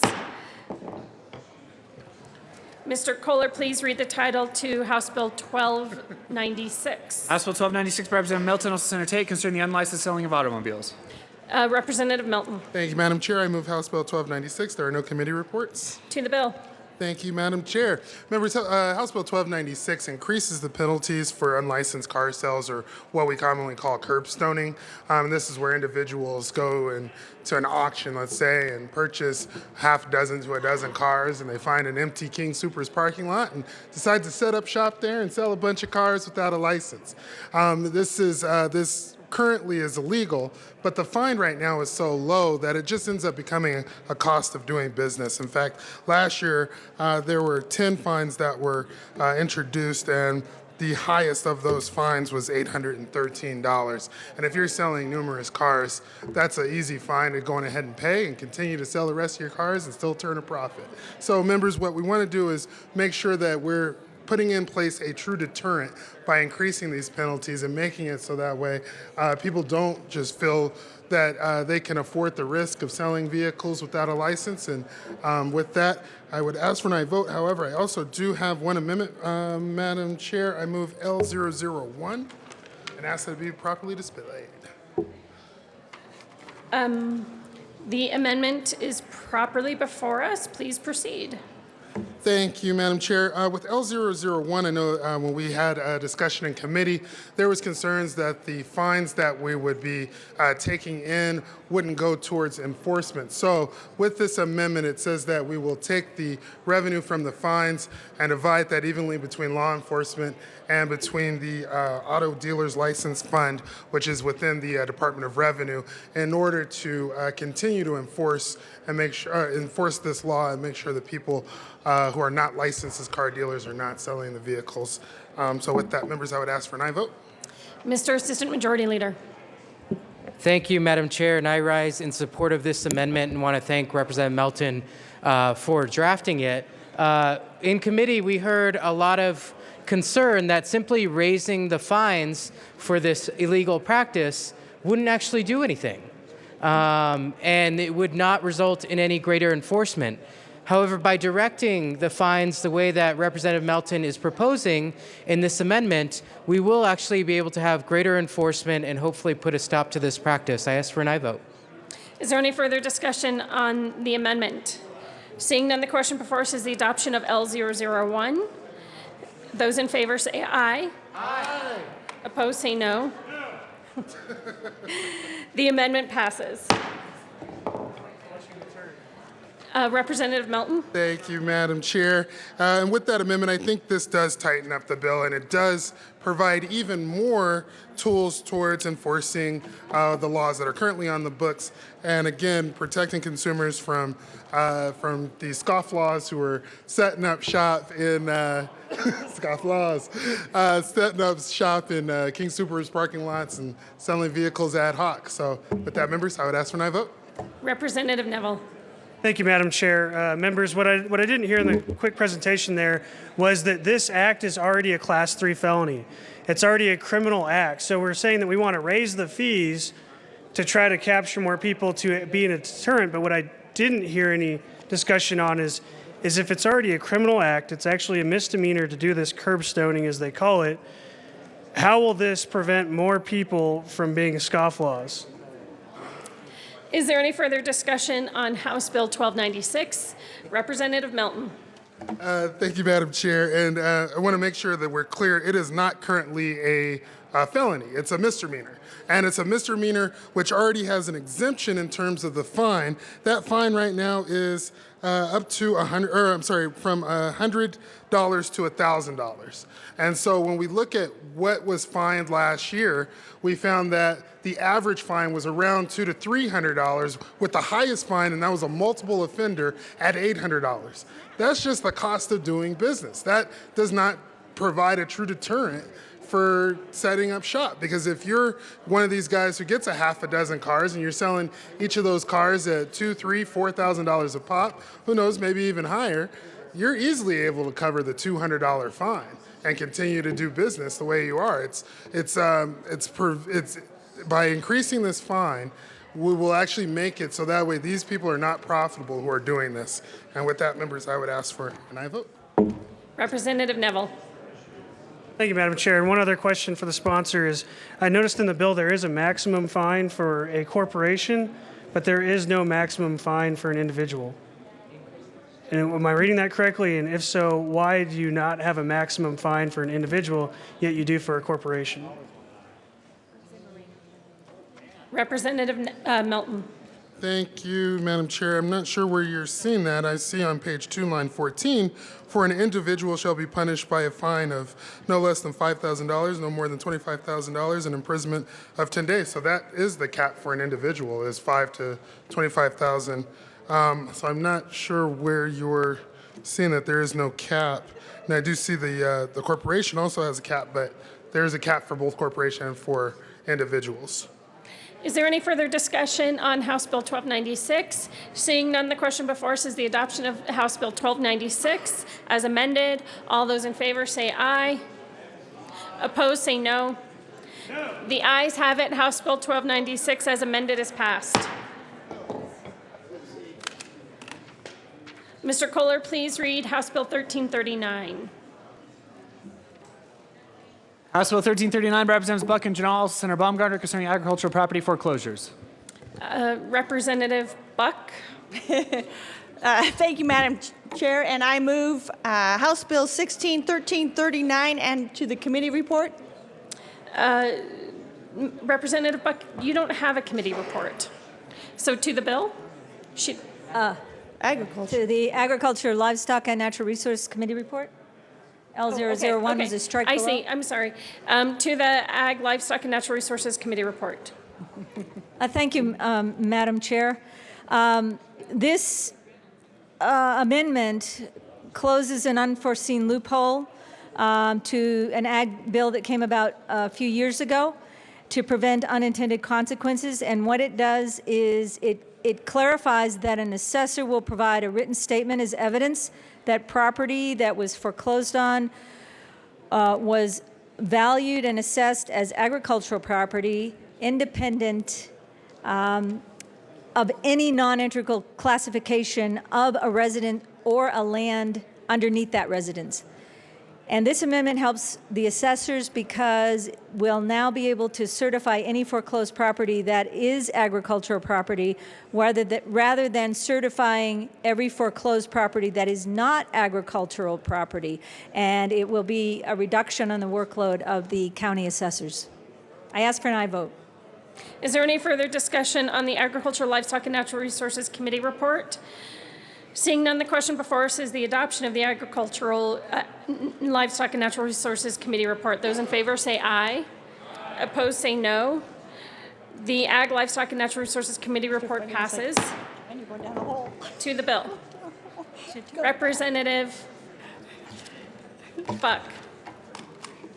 Madam Chair, I move that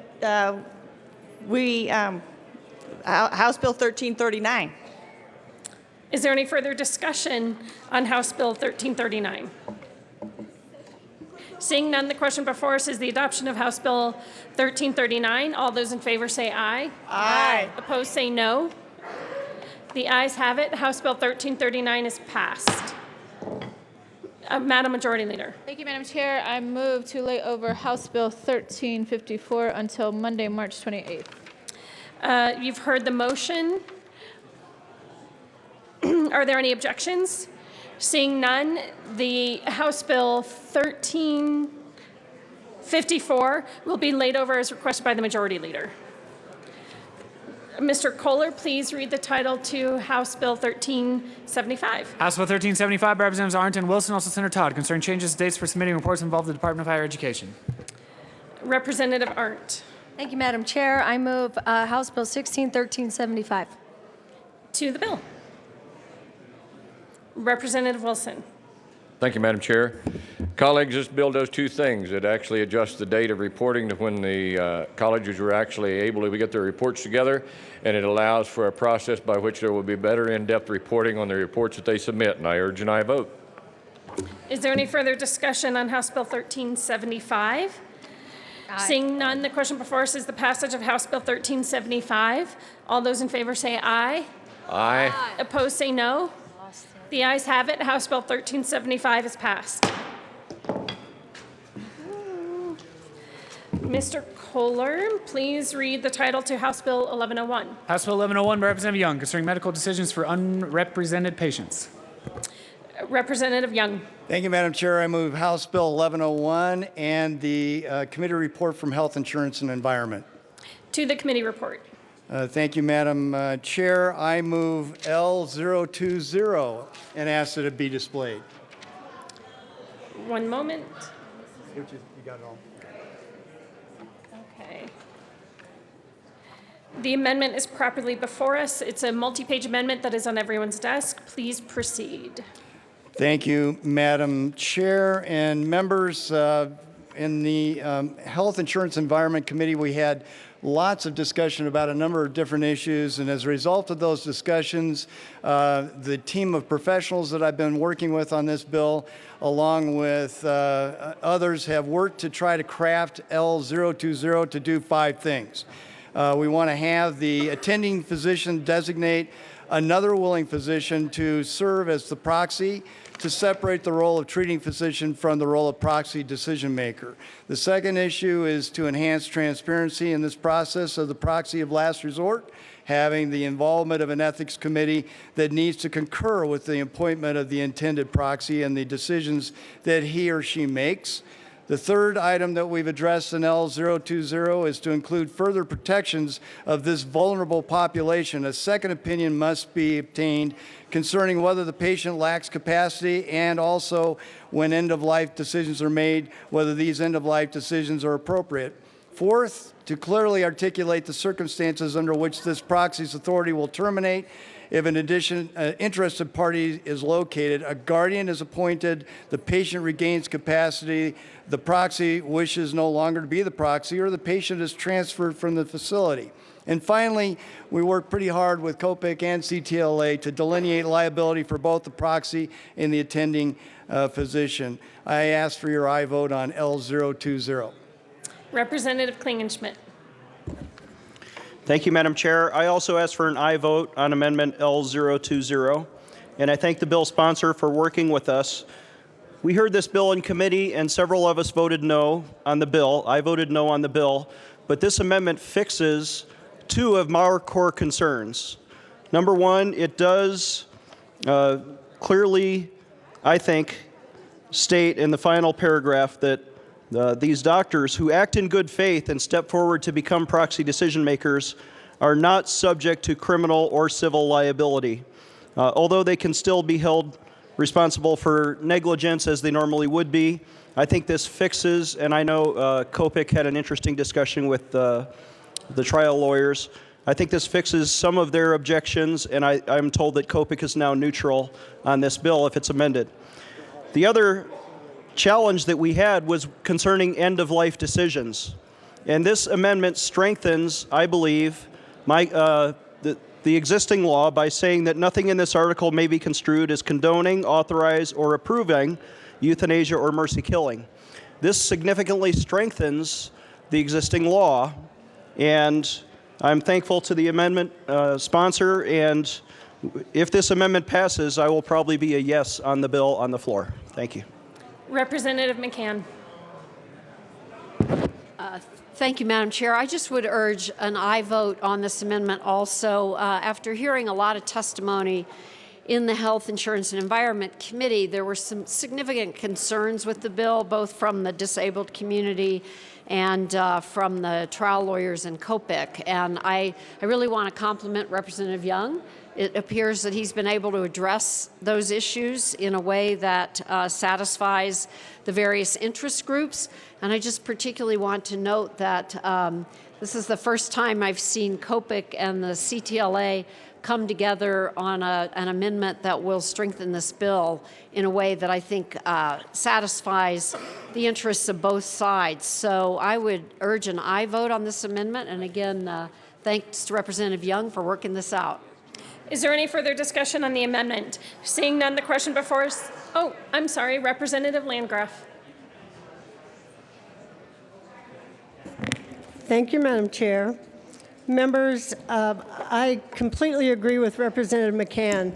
This bill, when we heard it in committee, had a lot of flaws in it, but the amendment addresses those issues.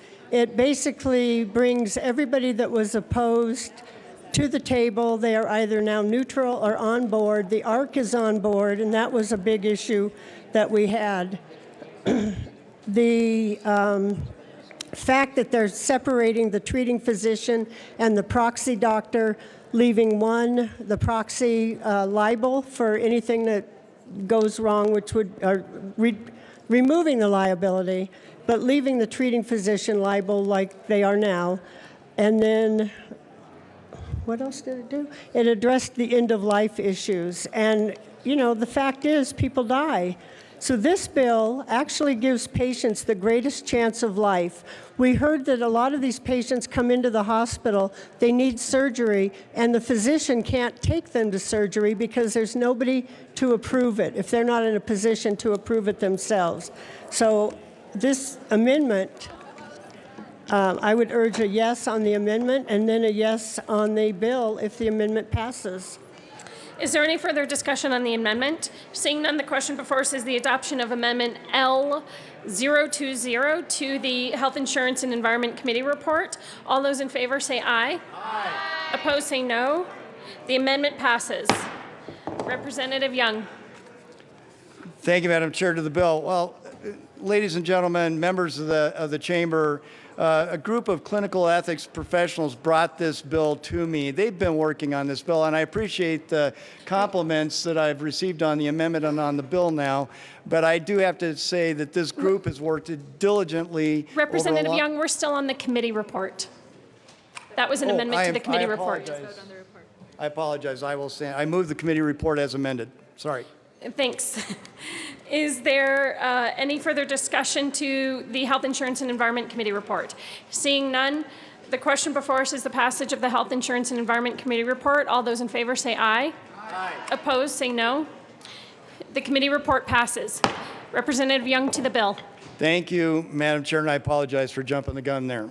Anyway, as I was saying, this group has really been working diligently on this bill, and I hand all the accolades to them for their hard work. They've spent several years working on this issue. They're concerned about unrepresented patients in these facilities, whether they be skilled nursing facilities or hospitals that don't have the decisional capability to speak for themselves when informed consent is required. And as a result, often their care is not adequate to serve their needs. And so this bill is really designed to help move that forward so people who are unrepresented have a way to get the kind of care that they need in the timely fashion. I urge your aye vote on this bill. Is there any further discussion on House Bill 1101? Representative Ransom. It's a really easy amendment. Thank you, Madam Chair. What? It'll go up in a sec. Thank you. I agree with Representative Landgraf that the amendment addressed a lot of what we heard in committee. I was a no vote in committee.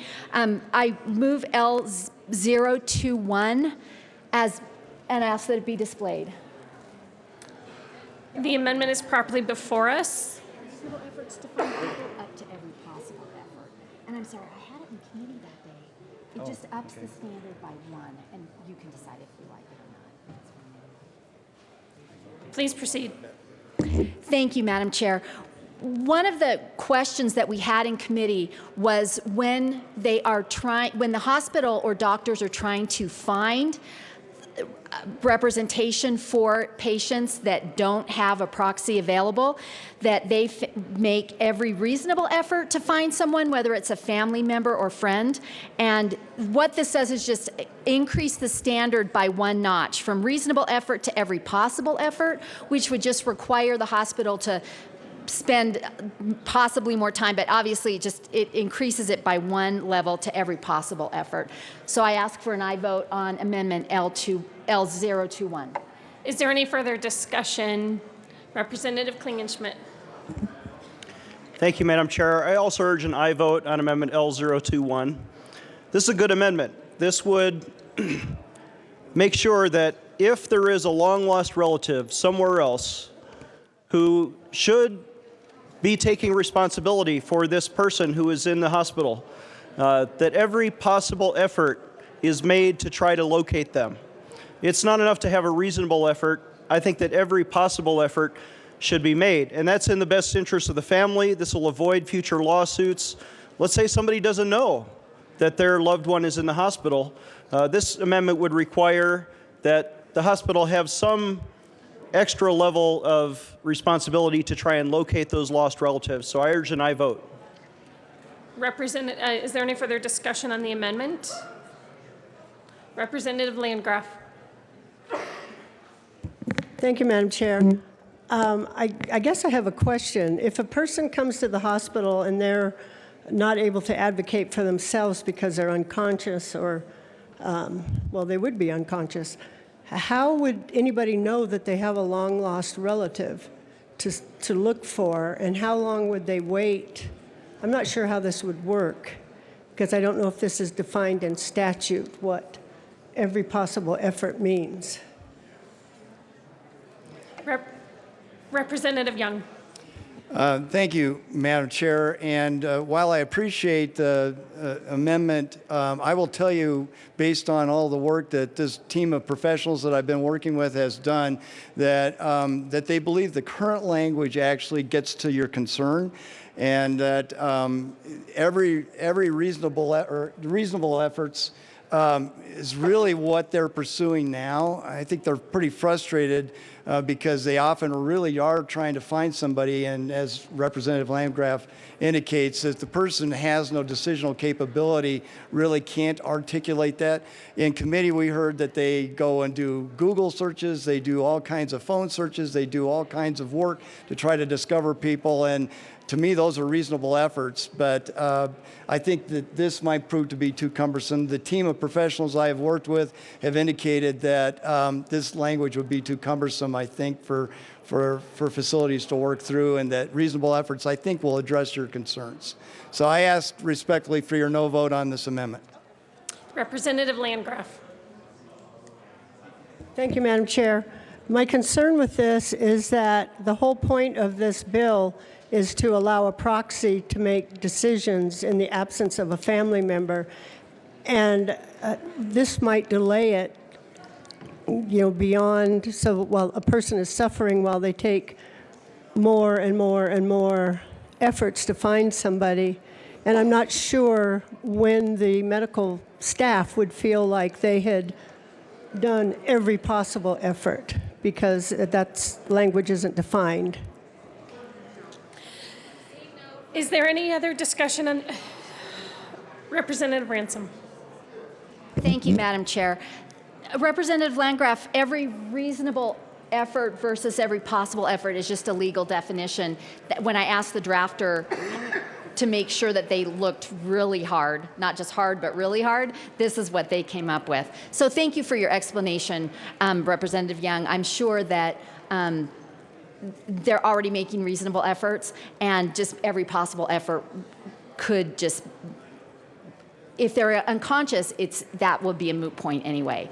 But we're hoping that maybe they're at least partially or in and out, of consciousness. There's all kinds of ways to look at that. So anyway, thank you. Is there any further discussion on the amendment? Seeing none, the question before us is the adoption of Amendment L021.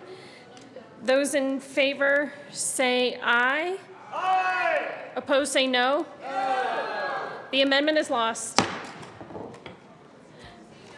Seeing no further discussion, the question before us is the adoption of House Bill 1101 as amended.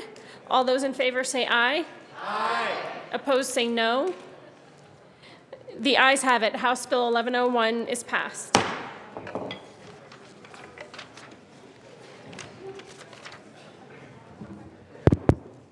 Madam Majority Leader. Thank you, Madam Chair. I move the committee rise and report. You've heard the motion. Seeing no objection, the committee will rise and report.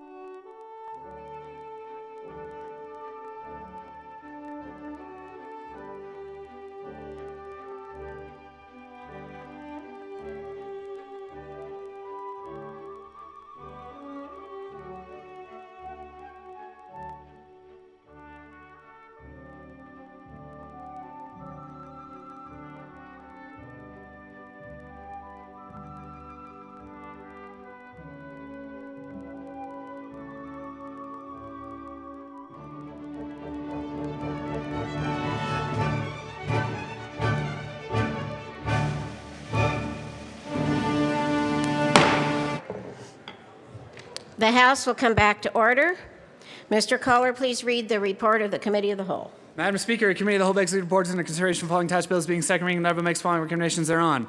House Bills 1101 amended, 1129 amended, 1166 amended, 1225 amended, 1268, 1278, 1287 amended, 1296 amended, 1339 amended, 1375. Passed on second reading and order engrossed, placed on counter for third and final passage. Senate Bills 99, 110 amended, 122 amended, 125. Passed on second reading and order revised, placed on counter for third and final passage. House Bill 1354 laid over until March 28th, retaining its place on the calendar. Representative Casey Becker. I move the House adopt the report of the Committee of the Whole. You have heard the motion, and there are no amendments. The question before the House is the adoption of the Committee of the Whole report. Mr. Kohler, please open the machine and members proceed to vote.